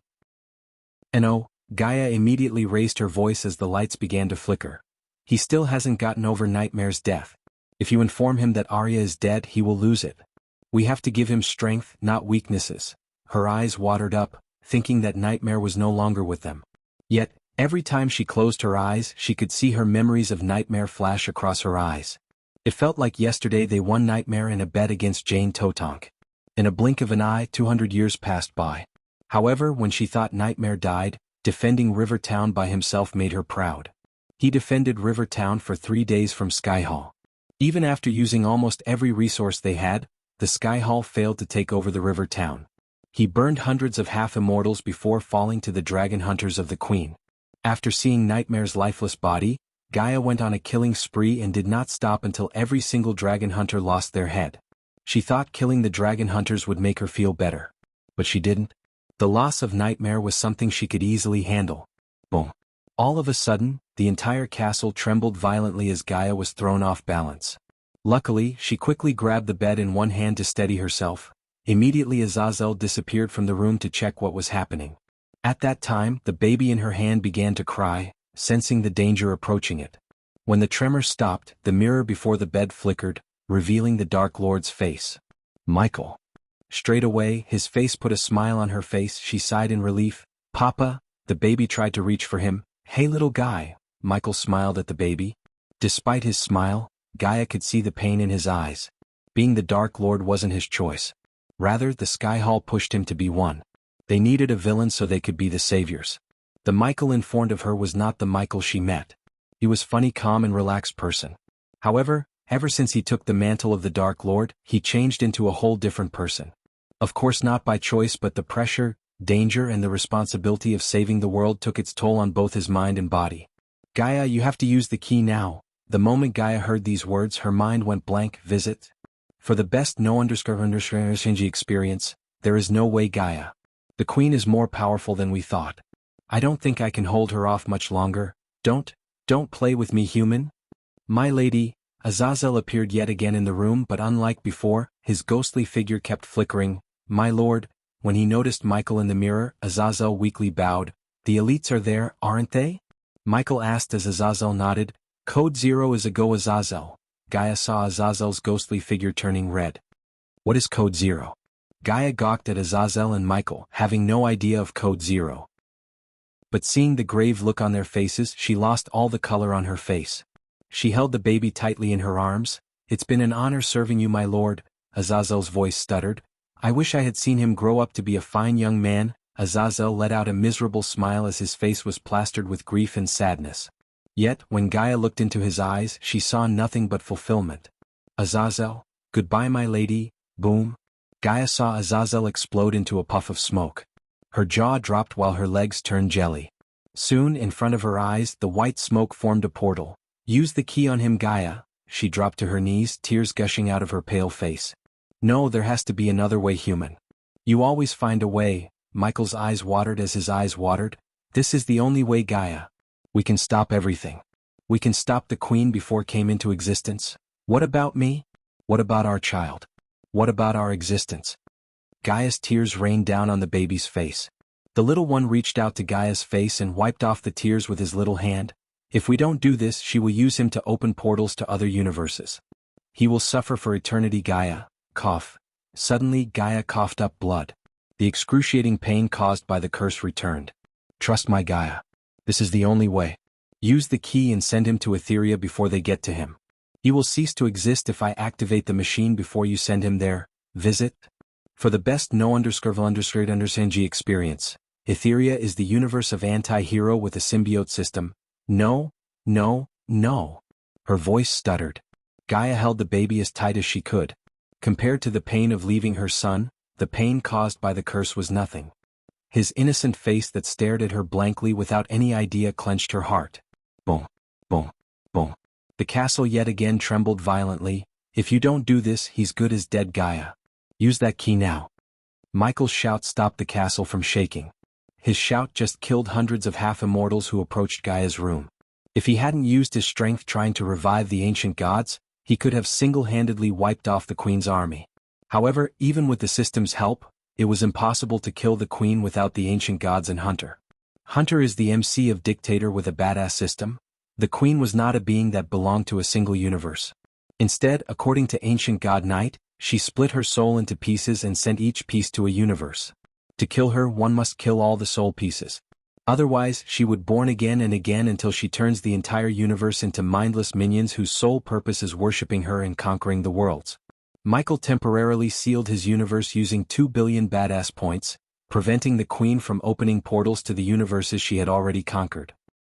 His son held the key to open the universe, and the queen would stop at nothing until she gets to him. With the system offline and half of his army wiped out, sending his son to Etheria and using the Silver Hawk was the only way to stop the queen. Silver Hawk was his reset button. This time Michael would correct the mistakes he made. Tears kept gushing out of her eyes when she slowly removed the tiny golden key hanging around the baby's neck. Your father and I love you so much. No matter what it takes, we will find you. She kissed the baby's forehead softly. I am sorry, little guy. I wish things have gone different. Michael closed his eyes for a moment, letting out the tears he was holding. We will fix everything, Gaia, I promise you. I will save Nightmare, Cindy, Azazel and everyone. Michael's eyes turned blood red and Gaia saw everything turning darker. Removing the key from his neck, Gaia threw it into the portal Azazel created by sacrificing himself. As soon as she threw the key inside, the dark portal turned golden. No matter where you are, my love will always protect you, Butterball. She walked toward the portal carrying her son in her arms. Her body trembled and it took all her strength even to take a step forward. Standing only a couple of inches away from the portal, she softly kissed his forehead. Then they both locked their gazes with the baby. Goodbye, Draven. Visit. for a better user experience. Chapter 525 The hunt for the key has begun. Present. The sun rose from its lazy slumber on the horizon, blessing the majestic Ukulun realm with its golden light. Basked in the golden light, the silver stone walls of Mazeroth Castle reflected the sunlight like a mirror. The morning birds chirped away from the forest in search of food with the hope of a new day. But, compared to the birds, the people were lazy as hell. Except for early birds such as Kayla Martin and Gilrine, the others clung to their hot blanket on their beds. In one of the professor's rooms, Gaia abruptly rose up from her bed, drenched in her own sweat. She gasped as she breathed heavily up as her chest rose up and down frantically. She ran her hands through her face, breast, and arms like she was searching for something on her. What the fuck? What in the actual fuck? What in the goddamn actual fucking fuck? She cursed relentlessly before tossing the soft blanket away. Her room was not as big as the one in the dark forest. However, it was cozy, stone-floored, and warmed by the fireplace on the wall opposite the square table and chair for her to study. The sunlight peeked through the windows covered by navy blue curtains, making the sweat beads on her face sparkle like stars in the night sky. Only the night sky was her rosy face. She looked tense as she quickly tied her long raven black hair into a ponytail. Then she flicked her wrist as the earpiece materialized on her palm. She put the earpiece into the ear, connected to Michael, and waited for him to answer. "Hey Snakey, what's up?" She heard Michael's charmingly cheery voice. "I had a dream," she exclaimed. "Okay. Your voice tells me it's not a good dream." Gaia wanted to tell what she dreamt of. However, most of the details became hazy as she couldn't remember everything except her son's face. "I can't remember his name. What was it? My son," she began to blabber. "Take a deep breath." Michael's voice turned rather serious. "We had a son in my dreams. Something happened, we lost." She talked in broken sentences. Taking Michael's advice, she calmed herself by taking a few long deep breaths. Obviously, she knew what she experienced was a bad dream. Still, it felt so real. The feeling of throwing her son into a golden portal and the sight of Michael's body withering into dust was etched into her mind. "Now tell me what you dreamt," Michael asked after Gaia's breathing became normal. She stood up, walking to the windows. She then slid open the windows to let the morning light shine on her face. The beautiful sight of lush green land, the crystal blue lake, and the forest surrounding the castle soothed her soul. "I can't remember everything, Michael. But it felt so real. We had a son. I can remember his innocent face but not his name. Something happened and I threw him into a golden portal. I can vaguely remember we were at war and I had this pain all over my body. Hey, listen to me. It's just a dream. Last night we were talking about Sky Hall and having a family. That's the reason for your dream. Just don't worry, okay? I am here." His calm words always reassured her and gave her courage. This time wasn't an exception. "Hey, are you talking to Gaia? Let us talk to her. Give that to me." Gaia heard Iag's shout, which put a delicate smile on her face. "Don't make me flick you, Iag. Just wait until I finish." "Okay, but finish quickly. You were talking for hours last night." "It's our turn now." Iag reluctantly agreed not to bother him until he finished talking to Gaia. "What if everything I saw happened human? What if it was the future? You said there's a possibility your future self traveled back in time just like Qingjiu?" Sigh. Gaia heard him sigh. "Listen. If I traveled back in time, the futurists don't exist anymore. The last thing we need is to worry about the future that doesn't even happen. Just calm down and think about what we should do when you return." Gaia sensed a tinge of mischief in his voice. "You're not gonna get anything until we get married. So don't get your hopes up, perv." Gaia giggled, forgetting everything about the dream for a few moments. "Now tell me, where are you?" Gaia asked. "After talking to you, I will return to the ship to join Olivia. Corey's men would be there in an hour." "So what's your cover?" asked Gaia. "Last night they spent talking about the vampires, Sky Hall, and finally having a family where Michael avoided the topic by telling her he feels sleepy. To be honest, Michael had no plans to have kids, especially after knowing everything about his enemies. However, there was no doubt in his mind they would use his child to get to him. On the contrary, Gaia wanted not one but a bunch of them. If he won the war against everyone, he might grant her wish. But not before that. "Well, Corey's men would attack our ship and take me hostage," Michael calmly said. "You can't let Olivia ruin your plans by bringing backup from Elon or informing the Guardians. I will deal with that. You better be back in the dark forest when I return," Gaia threatened him playfully. She couldn't wait to reunite with him. The few weeks without him felt like an eternity. "I don't think getting the key would take more than a week." Since Noah risked his life to save mine, I'd return the favor by saving his little sister. When the elder vampire exploded, Noah jumped in front of him, forming a light shield around Michael. Although Michael could have teleported away from the arena, Noah risked his life to save him. That was the first time someone risked their life to save him. But, for some reason, Michael felt indebted to Noah. He hated that feeling. Hence, he decided to get the key as well as save Sabrina so he could destroy the nagging feeling of being indebted to someone. Little did he know that it wasn't a feeling of being indebted but a little sister's calling for her big brother for help. So even though Michael was separated from his family by Sky Hall, they couldn't completely destroy the bond between him and his family. "Where is Nightmare?" Michael asked, changing the topic. He got into trouble with some other familiars. "Nothing to be worried about, don't meddle with it. He needs to experience life alone." After everything was said and done, Michael gave the earpiece to Vidora. While they were talking to Gaia, Michael focused on brewing a few potions to fight the vampires. Since he planned to go in as Ghost rather than as the Dark Lord, he needed potions to fight the vampires. The dark flames danced over his hand, continuously spitting our crimson-red beads into the air. Michael merged all the beds into one and soon, they all split into several blood-red pills. Looking at the glowing crimson-red pills in the air, Michael grinned. "I shall name you Berserker Pills." Michael placed the pills on the table before removing the black bracelet from his wrist. Then he slid open the cover to reveal an empty box with several runes glowing on the bottom. He slowly picked the pills one by one and placed them into the box. "My lord, my men have seen your ship. I am waiting for your command. Do not attack until I say." Michael fitted the APD around his wrist. "It's showtime." Michael turned around to look at Vidora. "My lord." Out of the blue, Azazel appeared in the room. As usual, the demon butler greeted Michael with a bow. "Monitor and record everything, Azazel." He stood up from his chair. "And Corey, guard the waters all time.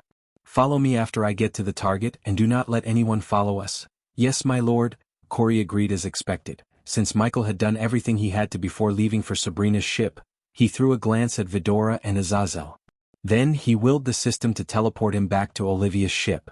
Then in a blink of an eye he vanished into thin air, leaving Azazel and Vidora behind. The waves crashed with the ship, continually shaking the ship left and right without giving it a break. Still, Olivia remained on the upper deck watching the raging storm with her emerald green eyes. The clouds cast shadows dark enough to make anyone think it was dawn. At that moment, no one except for Olivia was on the upper deck. The sailors asked her to return to her cabin, but she outright refused them. After what happened in Adrizel, she needed to be alone. The adrenaline kept her from losing her mind in overwhelming terror when she was in the arena. Since the adrenaline rush had died down, the terror slowly clenched her heart. The sight of vampires killing and sucking the victims' necks kept flashing across her eyes. The competition was supposed to be one of the most guarded events considering important people such as Eve Voldegard, Gabriel, and Hendrix were there. Nonetheless, the vampires massacred everyone and killed 80% of the alchemists in Elon and Azair. If she was in the spectator's stand instead of Ghost's side, she might have been a victim of a vampire. The thought gave her chills. "Olivia," she snapped back from her thoughts when he felt a touch on her shoulder. She quickly jerked her head to the side to see Ghost standing beside her. "What are you doing up here? You should be in your quarters." His calm expression held no worries or no trauma, and his eyes looked as calm as ever. He seemed like nothing had happened. "You almost died," Olivia muttered. "You are still in shock." Michael squeezed her shoulder. "The feeling would go away eventually after you reach the sect. The world is a dangerous place, Olivia. That's why you have to be stronger. Both mentally and physically." Michael tried to calm her down while watching the vague silhouette of a ship approaching them. Unfortunately, Olivia couldn't see the ship due to the storm blocking her view. "Are we truly safe anymore? The vampires, they killed Eva's guards like nothing. Even though I didn't know their cultivation level, they might be at least soul refining stage warriors," she shivered. "Everyone has weakness, Olivia, and the vampires aren't an exception. I am pretty sure Noah and his guardian buddies would soon find a way to neutralize the vampire problem. Don't let the fear get to your head." He let his words sink into her brain. "The storm is getting worse." He emphasized the word storm. That was the key word for greenlighting the attack. "As you wish, my lord," he heard Corey's voice in his head. Chapter 526 The One Who Hunted the Vampires to Extinction. Meanwhile, the vampires gathered around in a large spacious hall lit dimly with crimson-red chandeliers. They all stared at the elder vampire standing on the raised platform. The plumy brown-haired vampire paced left and right with his hands behind his back. Just looking at the deep frown on his face, one could tell the elder vampire was concerned about something.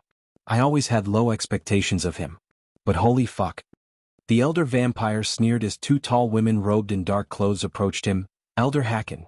The two women knelt in front of him as Hacken stopped pacing back and forth for a while. What is it? Elder Saber has reached R. He advised you to leave the castle and join him in Kingdom Chinland. One of the women informed Hacken indifferently. Did he tell you anything about what happened in Adrizel? Elder Saber said it's a matter for the council. Hacken exhaled deeply. To be honest, he expected the council to butt in after the stunt Griswold pulled in Adrizel. All the elder vampires wanted payback on Guardians for exposing them, but none of them dared to wage war on them so openly except Griswold. Against all the elder vampires' advice, he attacked the alchemy competition in Adrizel and, shockingly, self-destructed himself. But, since Griswold was one of Hacken's adopted sons, Hacken had to answer the council's questions. Vampires were no different than the rest in terms of politics.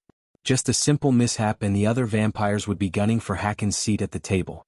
Griswold gave those vampires a weapon to use against him in the council meeting. While the situation tensed Hacken, the vampires in the hall gawked at him, having no idea why they were summoned. At least 50 vampires were staring at Hacken for some answers. Tell Saber I'll be on my way after tying up some loose ends in Adrizel. We are here to assist you on that, Elder Hacken, the women said in unison. With a long deep sigh, Hacken finally turned around to look at the vampires in the hall before him. They all went dead silent when they saw Hacken's gaze sweeping over them. Look, I'm not big on speeches. I summoned you all because I have an order for all of you. As you may or may not know, Griswold attacked the alchemy competition and died in the process. Although what he did was extremely stupid, he was one of us. So we have to avenge him and make those who killed him pay. Hacken's cold voice resonated in the hall. Anyone who brings me the heads of Noah, a guardian and ghost, a 5-star alchemist would receive the blessing to become an elder. As soon as the vampires heard Hacken, the vampires gasped in shock. Immediately their eyes were lit with excitement. Being an elder meant bigger hunting grounds and more power. No vampire would say no to those two things. Any vampire would literally kill another vampire to get bigger hunting grounds and power. Noah Winston is on his way to his home in Pentown. Ghost is in a merchant ship named Mary's Weather. According to our spies, his destination is Sunrise Sect in Bradford. Hacken had more information about Ghost to share with his minions. However, before sharing everything, his butler entered the stage through the door behind him. Lord Hacken. Hacken looked over his shoulder to see his butler, a gray-robed white-haired man who seemed thin as a stick. You have to see this, the butler said gravely, sensing the seriousness in his voice. Hacken turned around. Then the old man took out an orb with a flick of his wrist. Hacken and the two women saw the castle's outskirts in the orb. When Hacken looked closer, he saw a black armored figure slaughtering his minions and approaching the castle. What the heck? Hacken was stunned as the black armored figure chopped down his minions' heads like vegetables. We are under attack. The two women stood up to their feet, whereas Hacken began to shiver uncontrollably when he placed his hand on the orb and zoomed into taking a closer look at the figure. It was a woman whose raven black hair danced around her shoulder along with the two dark swords in her hands. The two black swords brought back memories Hacken desperately wanted to forget. He could feel the sweat running down his back as the two women noticed Hacken's breathing getting heavier and heavier. Elder Hacken. Hacken's mind went totally blank as he didn't even hear the two women calling for him. It can't be, she's dead, she's dead. He kept mumbling. Meanwhile, the black armored woman wreaked havoc among the vampires outside. Despite the metal armor she wore from toe to neck, the armor didn't seem to restrict her movements. The two women and the butler saw her cutting the vampires' heads off without using any spells. Suddenly the glass orb cracked as the women looked up. Her eyes met Hacken's before the glass orb completely shattered into pieces. Everyone leave! Hacken's sudden shout reverberated through the hall, leaving the vampires stunned. He didn't bother to stay any longer and explain what was happening. Instead, he decided to escape the castle. But just as he was about to take a step toward the door, the metal door in the hall exploded. The force of the explosion sent the metal door crashing onto the vampires. The heavy door crushed a few vampires into a pulpy mess. The vampires jerked around to see a mist of cloud blocking the entrance. A few seconds later, the woman entered the hall through the smoke. The vampires noticed the blood dripping down from her black sword. For a few moments, the vampires remained still like her dark eyes petrified them. Then, quickly the vampires snapped back to reality as they snarled at her, revealing their razor-sharp fangs. Human scum. An overly violent vampire leaped at the woman, Pulch. The vampire was in midair when she swayed her body to the side before swinging her sword. The next moment, the vampire's head separated from his body hit the ground with a sickening thud while the body sprayed blood all over the place. Most of the vampires didn't even realize what just happened. She was too fast. They just saw a blue and their fellow clansman lost his head. Twinkle, twinkle, little star. Her cold words broke the silence haunting the hall. Haken's heart jumped out of his heart when he heard these words. Then, losing control over his body, Haken stumbled back. He almost collapsed if it wasn't for his butler's quick reflex to grab Haken by his shoulder. How I wonder what you are. She took a step forward with each word escaping her mouth. Kill the intruder. The two women shouted at the vampires as the vampires flanked the women from all directions. However, she raised her two swords before they could get closer to her. The swords vibrated, letting out a high-pitched whistling sound penetrated everyone's head. Bark. Some vampires dropped to their knees, covering their ears. Boom. Suddenly, a bright light shot out of her swords as everyone in the hall, without exception, closed their eyes. Ag. The muffled grunts turned into loud screams of agony. Haken could feel the temperature in the room skyrocketing. When the whistling sound trailed off, he barely opened his eyes, only to see half of the vampires in the hall were reduced to ashes. The others all squirmed on the floor, crying and moaning in pain. The smell of burning flesh nauseated Haken. The bright flames dancing around her swords shocked Haken more than the pile of ashes. Primordial flames, even from 20 meters away from the woman, Haken could feel his skin being burnt by the flames. He couldn't keep his gaze locked on the flame as the fire was too bright. Even the sun seemed dim compared to the flames dancing around her sword. Additionally, the flames let out an ominous howling. Up above the world so high, she gracefully walked towards Haken as the two vampire women poised to attack the black-armored woman. Harriet. Haken mumbled as he kept walking backward. As she was getting closer to them, the vampires on the ground failed to stop her. That meant saving Elder Haken has become their responsibility. Hence, the two women closed their eyes as a red mist enveloped them. The next moment, they leaped at Harriet from the stage, showing their razor-sharp fangs. The bloodlust in their eyes made their eyes glow like rubies. The two women were extremely fast as they left after images on the stage. Like a diamond in the sky. Just as they were in midair, Harriet finished her rhyme.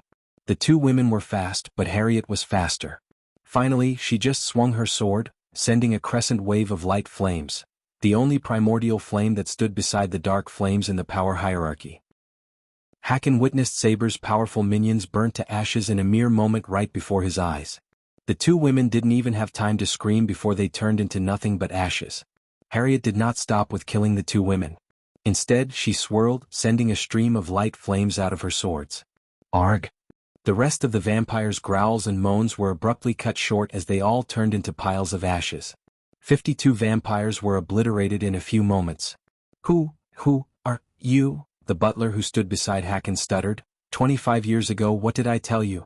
Harriet asked Haken. Instead of responding to the butler's question, Haken's face turned paler than usual as he panted.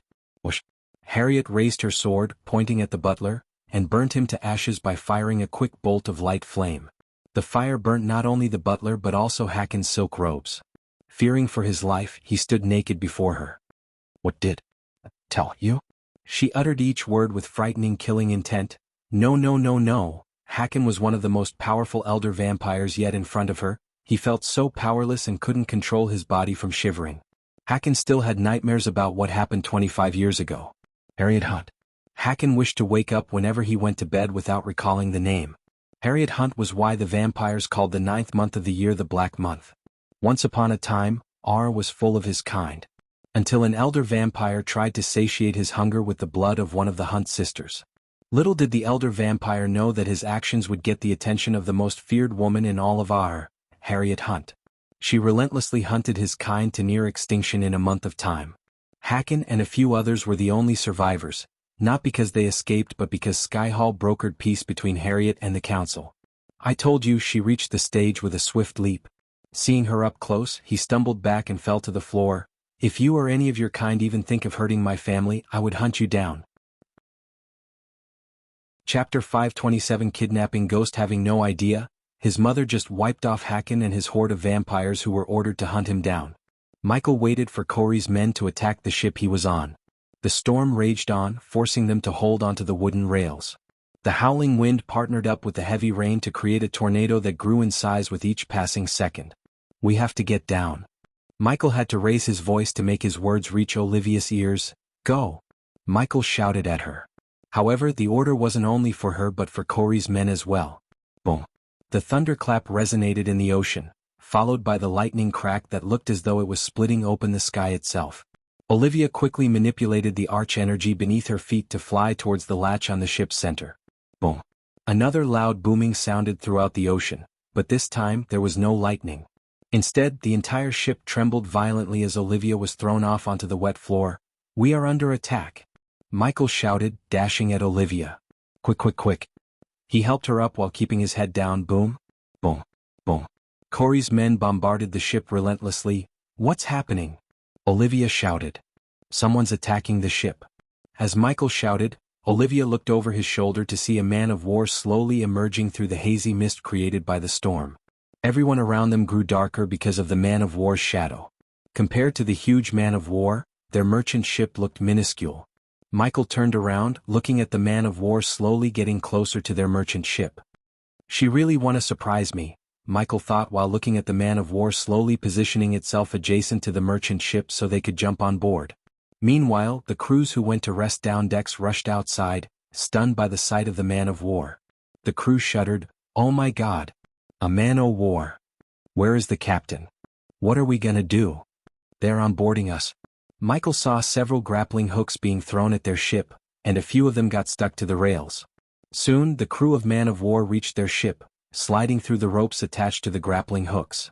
In a few moments, the empty upper deck became crowded with the crews of both ships. The merchant ship crew reluctantly unsheathed their swords, which were rusty and broken. Since the merchant ship traveled between the cultivation continents, they barely had any attacks. Thus, the crew didn't bother to purchase new swords or spells. The storm seemed to have slowed down thanks to the man of war shielding them from the raging storm.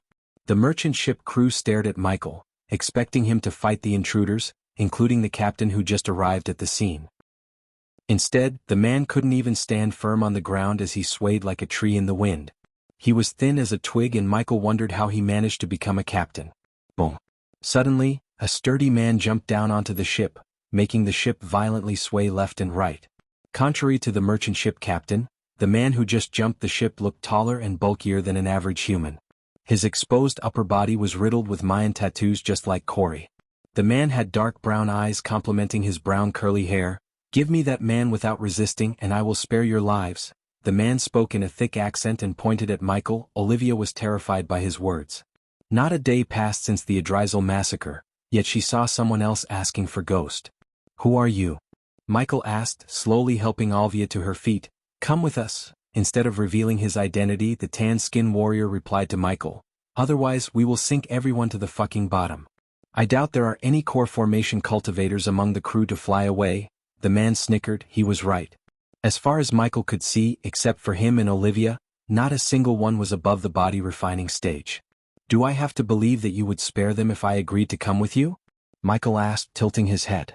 "You don't have a choice, Ghost," as the man said. Michael heard creaking noises resonating in the air. He turned his head to see the countless cannons of the man of war slowly poking out. "Who are you people? What do you want with him?" Olivia snarled. She had enough of people threatening her and Ghost for one day.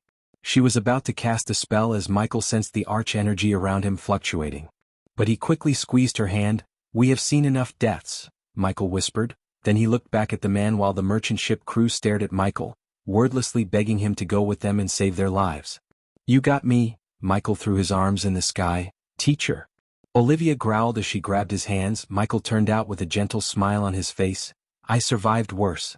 Just quit whining and reach home safe." Michael squeezed her arm as a gesture of reassuring her before stepping toward the pirates. When Michael reached his side, the man's gaze swept across the ship.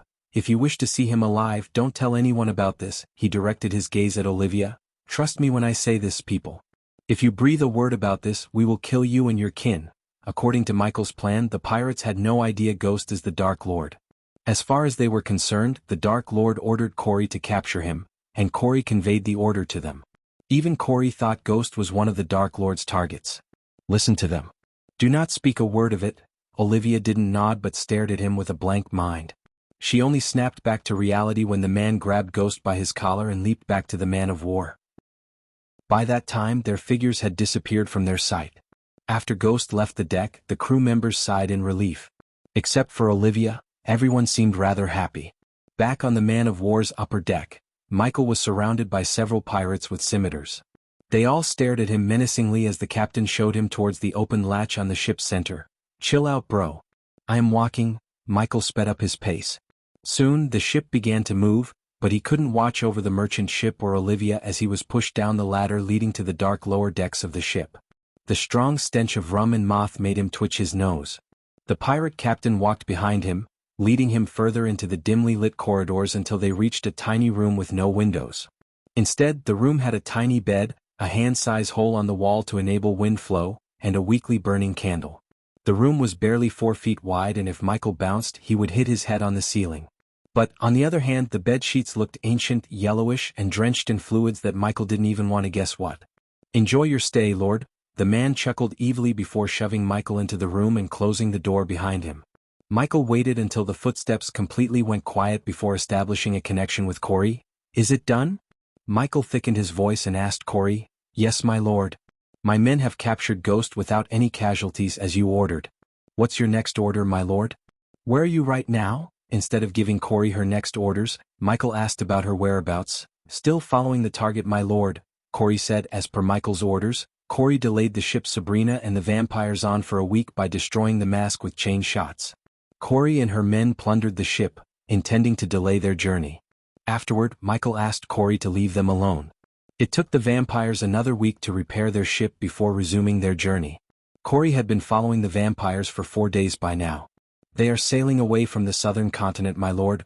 Where is Ghost now?" Michael asked, pretending not to know anything about Ghost's location. "In the Crystal Ocean, my lord. How long do you think it takes for your men to reach your target?" Corey's voice trailed off as Michael heard the sound of papers ruffling. A few seconds later she responded, "A day if the wind's with them and day and a half if it isn't." Michael rubbed his chin for a moment. "Hey, race, what you're gonna do? Order your men to sail to your location and then follow the target together. When the target anchors somewhere, throw Ghost over to the target." "My lord, what if they reached their destination before my men could reach me?" "Then note the location and inform me right away. Remember, no matter what, do not lose them," Michael coldly said to Corey. "Understood, my lord, and tell your men to stay away from Ghost." "As you wish, my lord." Michael was glad to hear Corey abiding by his orders without asking a question. After dealing with Sabrina and the key, Michael decided to deal with the 2 pirate lords. Currently, Pirate Lord Vance rejected Michael's offer to join his army, which was a pretty stupid move if one asked Michael. The most powerful pirate, Lord Blackmane, was yet to be found by Corey, and after which, Michael would give him the same offer he gave Vance. Michael would be forced to destroy them if they rejected his generous offer. He had so many things to do, and playing tug-of-war with weaklings such as Vance was not something he would spend more time on. "It seems like I have some time to kill." After closing the connection with Corey, Michael turned his focus to the dirty bed beside him. He accessed his system storage to take out a thick blanket and put it on the bed. Only then did he lunge onto the bed. After a long few days of planning and killing, Michael decided to get some sleep. However, he doubted he would get any sleep or rest after reaching where the vampires were traveling to. You're tuning in to the Han Lee's Wuxia Chronicles YouTube channel. We're so grateful for your support, and don't forget to subscribe to join us on this incredible journey through captivating stories. Your generosity through donations truly makes a world of difference, as it's the primary source of revenue that allows me to expand and enhance this channel for you. Thank you from the bottom of my heart for being a part of this adventure.